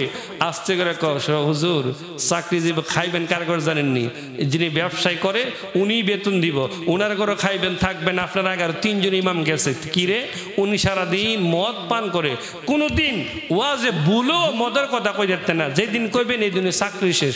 আমি কইলাম আমার চাকরি হওয়ার আগে আমি বিদায়, সালাম আলাইকুম ডুঙ্গে ডাঙ্গে, এই চাকরি আমি করব না। নাউজুবিল্লাহ কইতেন না। এই সমাজের মধ্যে সুদখোর, ঘুষখোর, মদ পানকারী আসেনি, তাদের পক্ষে কথা বলবে না বিপক্ষে, কি বলেন পক্ষে না বিপক্ষে? কারণ সুদখোর আল্লাহর দুশমন, নবীর দুশমন, এই জমিনের জন্য দুশমন। ঘুষখোর আল্লাহর দুশমন, ফেরেশতার দুশমন, নবীর দুশমন, এই জমিনের জন্য দুশমন। মদ পানকারী, মদ বিক্রেতাকারী আল্লাহর দুশমন, নবীর দুশমন, ফেরেশতাদের দুশমন, এই জমিনের জন্য গজব। তাদেরকে বয়কট করতে হবে, তাদেরকে শাসন কঠোরভাবে আপনার প্রতিহত করার জন্য আপনাকে বদ্ধপরিকর হতে হবে, না হলে আপনার ঘরের ছেলেটাও নষ্ট হবে। নাউজুবিল্লাহ কইতেন না। আপনি মনে করছেন এই ব্যাংকের ছেলে মদ ব্যবসা করে, আপনি খুশি, 2 দিন পরে দেখবেন আপনার মেয়ে ওই তালে টানাটানি করে। তাহলে আল্লাহ রসুল বলছে না, খারাপ কাজ দেখলে মুখে বাধা দিবে, হাতে বাধা দিবে, মুখে বাধা দিবে, মন থেকে ঘৃণা করবে। আমরা কি এতই নিচু ইমানদার হয়ে গেলাম যে আমরা অন্তর থেকে ঘৃণা করতে হবে? হাতে বাধা দেওয়ার হিম্মত নাই আমাদের, আসেনি আসেনি। এখন তো বালা কাজও বাধা মারে। এই দেশের মধ্যে ইসলামী এই 95% মুসলমান রাষ্ট্রের মধ্যে ওলামায়ে কেরাম মাহফিল করবে, ওলামায়ে কেরামের মাহফিল বন্ধ। নাউজুবিল্লাহ কইতেন না। গতকাল তালতলাতে কসবার জমিনে এই ব্রাহ্মণবাড়িয়ার ছেলে গিয়াসউদ্দিন, মুফতি গিয়াসউদ্দিন আত-তাহিরি মাহফিল করবে, বাধা। সে কি নাচ গান করবে? তার আকীদার মধ্যে যদি কোনো গরমিল থাকে বসে ফাইসালা করেন। আরে ফাইসালা পারবেন না, কারণ সাহাবায়ে কেরাম থেকে আকীদার দ্বন্দ্ব, সাহাবায়ে কেরাম থেকে আমলের দ্বন্দ্ব। নামাজ পড়তে গেলে তাদের মধ্যে বিভিন্ন দল হয়ে গেল, রোজার ব্যাপারে, হজের ব্যাপারে, যাকাতের ব্যাপারে, প্রত্যেকটা মাসলার ব্যাপারে একতলাফ আছে। এই জন্য সাহাবায়ে কেরাম কি এগুলো নিয়ে ঝগড়া করছেন? আজকে বাংলার জমিনে তবলিগুলারা বলে সুন্নিরা কাফের, সুন্নিরা বলে জামাতিরা কাফের, জামাতিরা বলে লামাযহাবিরা কাফের। এরকম ফতোয়া দিতে দিতে আমি দেখলাম যে এই দেশের মধ্যে মুসলমান আছে যারা আওয়ামী লীগ করে আর বিএনপি করে, তারা মুসলমান, এছাড়া আর কি মুসলমান নেই। নাউজুবিল্লাহ বলেন। কারণ কি? সুন্নিরা বলে তবলিগুলারা কাফের, তবলিগুলারা বলে সুন্নিরা কাফের, আর মুসলমান আছে। আবার সাতপন্থী বলে জুবাইরপন্থী কাফের, জুবাইরপন্থী বলে সাতপন্থী কাফের। নাউজুবিল্লাহ কইতেন না। এরকম করে আহলে হাদিস বলে যারা মাযহাব মানে তারা মুসলমান না। নাউজুবিল্লাহ কইতেন না। তাহলে হিসাব মিলিয়ে দেখলাম আমরা হুদ্দুদিনা কালমা পড়ে জিকির করতেছি লা ইলাহা ইল্লাল্লাহ, আমরা তো কেউ মুসলমান না। মুসলমান হইলে আওয়ামী লীগ আর বিএনপি। হুজুর ভুল করলাম নাকি? ভুল করলাম নাকি? এই ফিতনা ফাসাদ ছেড়ে দেন, ঐক্য হয়ে চলেন। মাসলাগত দ্বন্দ্ব থাকতেই পারে, এই জন্য মাহফিল বন্ধ করে দিবেন, মিথ্যা মামলা দিবেন। এই মুফতি পীর মুফতি গিয়াসউদ্দিন আত-তাহিরি, ওনার নামে মিথ্যা মামলা, হয়রানি, মাহফিল বন্ধ। নাউজুবিল্লাহ বলেন। আল্লাহ আমাদেরকে ঐক্য হয়ে চলার তৌফিক দান করুক, সকলে বলে আমিন। আমরা ঐক্য চাই কি চাই না? এই দেশ থেকে মিজানুর রহমান আজহারি উনি চলে যাওয়া লাগছে, মাহফিল করতে পারে নাই। নাউজুবিল্লাহ বলেন। কি তার কি অধিকার নাই? নাগরিক অধিকার নাই মাহফিল করার? আল্লাহু আকবার, ইয়া রাসূলুল্লাহ। তবে একটা কথা মনে রাখবেন, ছোট ছোট মাসলা নিয়ে একতলাফ থাকবে, তাদের সাথে ঐক্যমত হয়ে চলে যাবে, কিন্তু দয়াল নবী রাহমাতুল লিল আলামিনকে নিয়ে যদি মতানৈক্য থাকে তাদের সাথে হাত মেলানো যাবে? এক কথা বলেন, হাত মিলানো যাবে না। যারা নবীকে আমার মতো আকীদা মনে করে, যারা নবীকে আল্লাহ রাব্বুল আলামিনের সঙ্গে মেরাজ হইছে বিশ্বাস করে না, তাদের সাথে আমরা ঐক্য করতে চাই না, ঐক্য করতে চাই না। মিলাদ কিয়াম এগুলো একটা ফুরি মাসলা, আপনি করেন না, আপনার ভালো লাগে না, সমস্যা নাই, কিন্তু নবীর ব্যাপারে আমরা ছাড় দিব না। আপনি মাজার ভাঙলেন, আসেনি ভালো, আপনি মাথার ভাঙলেন, আপনার মাথার মধ্যে রোগ হইছে, আপনি কি শরীরের মধ্যে রোগ হইছে, এই জন্য মাথা কাটটা ফেলাই দিবেন, মাথা কাটটা ফেলে দিবেন। এই দেশের মধ্যে খাজা মঈনুদ্দিন চিশতি সঞ্জরি সুম্মা আসবারি রহমাতুল্লাহি আলাই, উনি এই দেশের মধ্যে ভারতবর্ষের মধ্যে 90 লক্ষ মুসলমান হিন্দুরে বানাইছে না? এই কথা বলেন, বানাইছেনি? মুসলমান 90 লক্ষ হিন্দুকে যিনি মুসলমান বানালেন, আজকে তার মাজারও মুসলমানরা আঙ্গুল তোলেন, আউযুবিল্লাহ বলেন। বাবা শাহজালালের মাজার ভাঙ্গা দিতেইব, তোর বাপের 14 গোষ্ঠী পারবরে মাংতো। এই শাহজালাল কি করছে? বাবা শাহজালাল, শাহপরান, শাহ মাখদুম সমস্ত ওলিয়া কারাম ইসলাম প্রচার করছেন এই দেশের মধ্যে। এই ওলি আল্লাহদের ইসলাম এই জমিনে আছে, ইনশাআল্লাহ থাকবে। আল্লাহু আকবার বলেন। ভাঙতে পারবে না, তোমাদের ইসলাম ধ্বংস হয়ে যাবে। দেখছি এই 1400 বছরে নতুন নতুন ইসলামী ফেরকা বের হয়েছে। নবীর পক্ষে যারা ছিল তারা আছে, ওলি আল্লাহর পক্ষে যারা ছিল তারা আছে, বলে আমিন।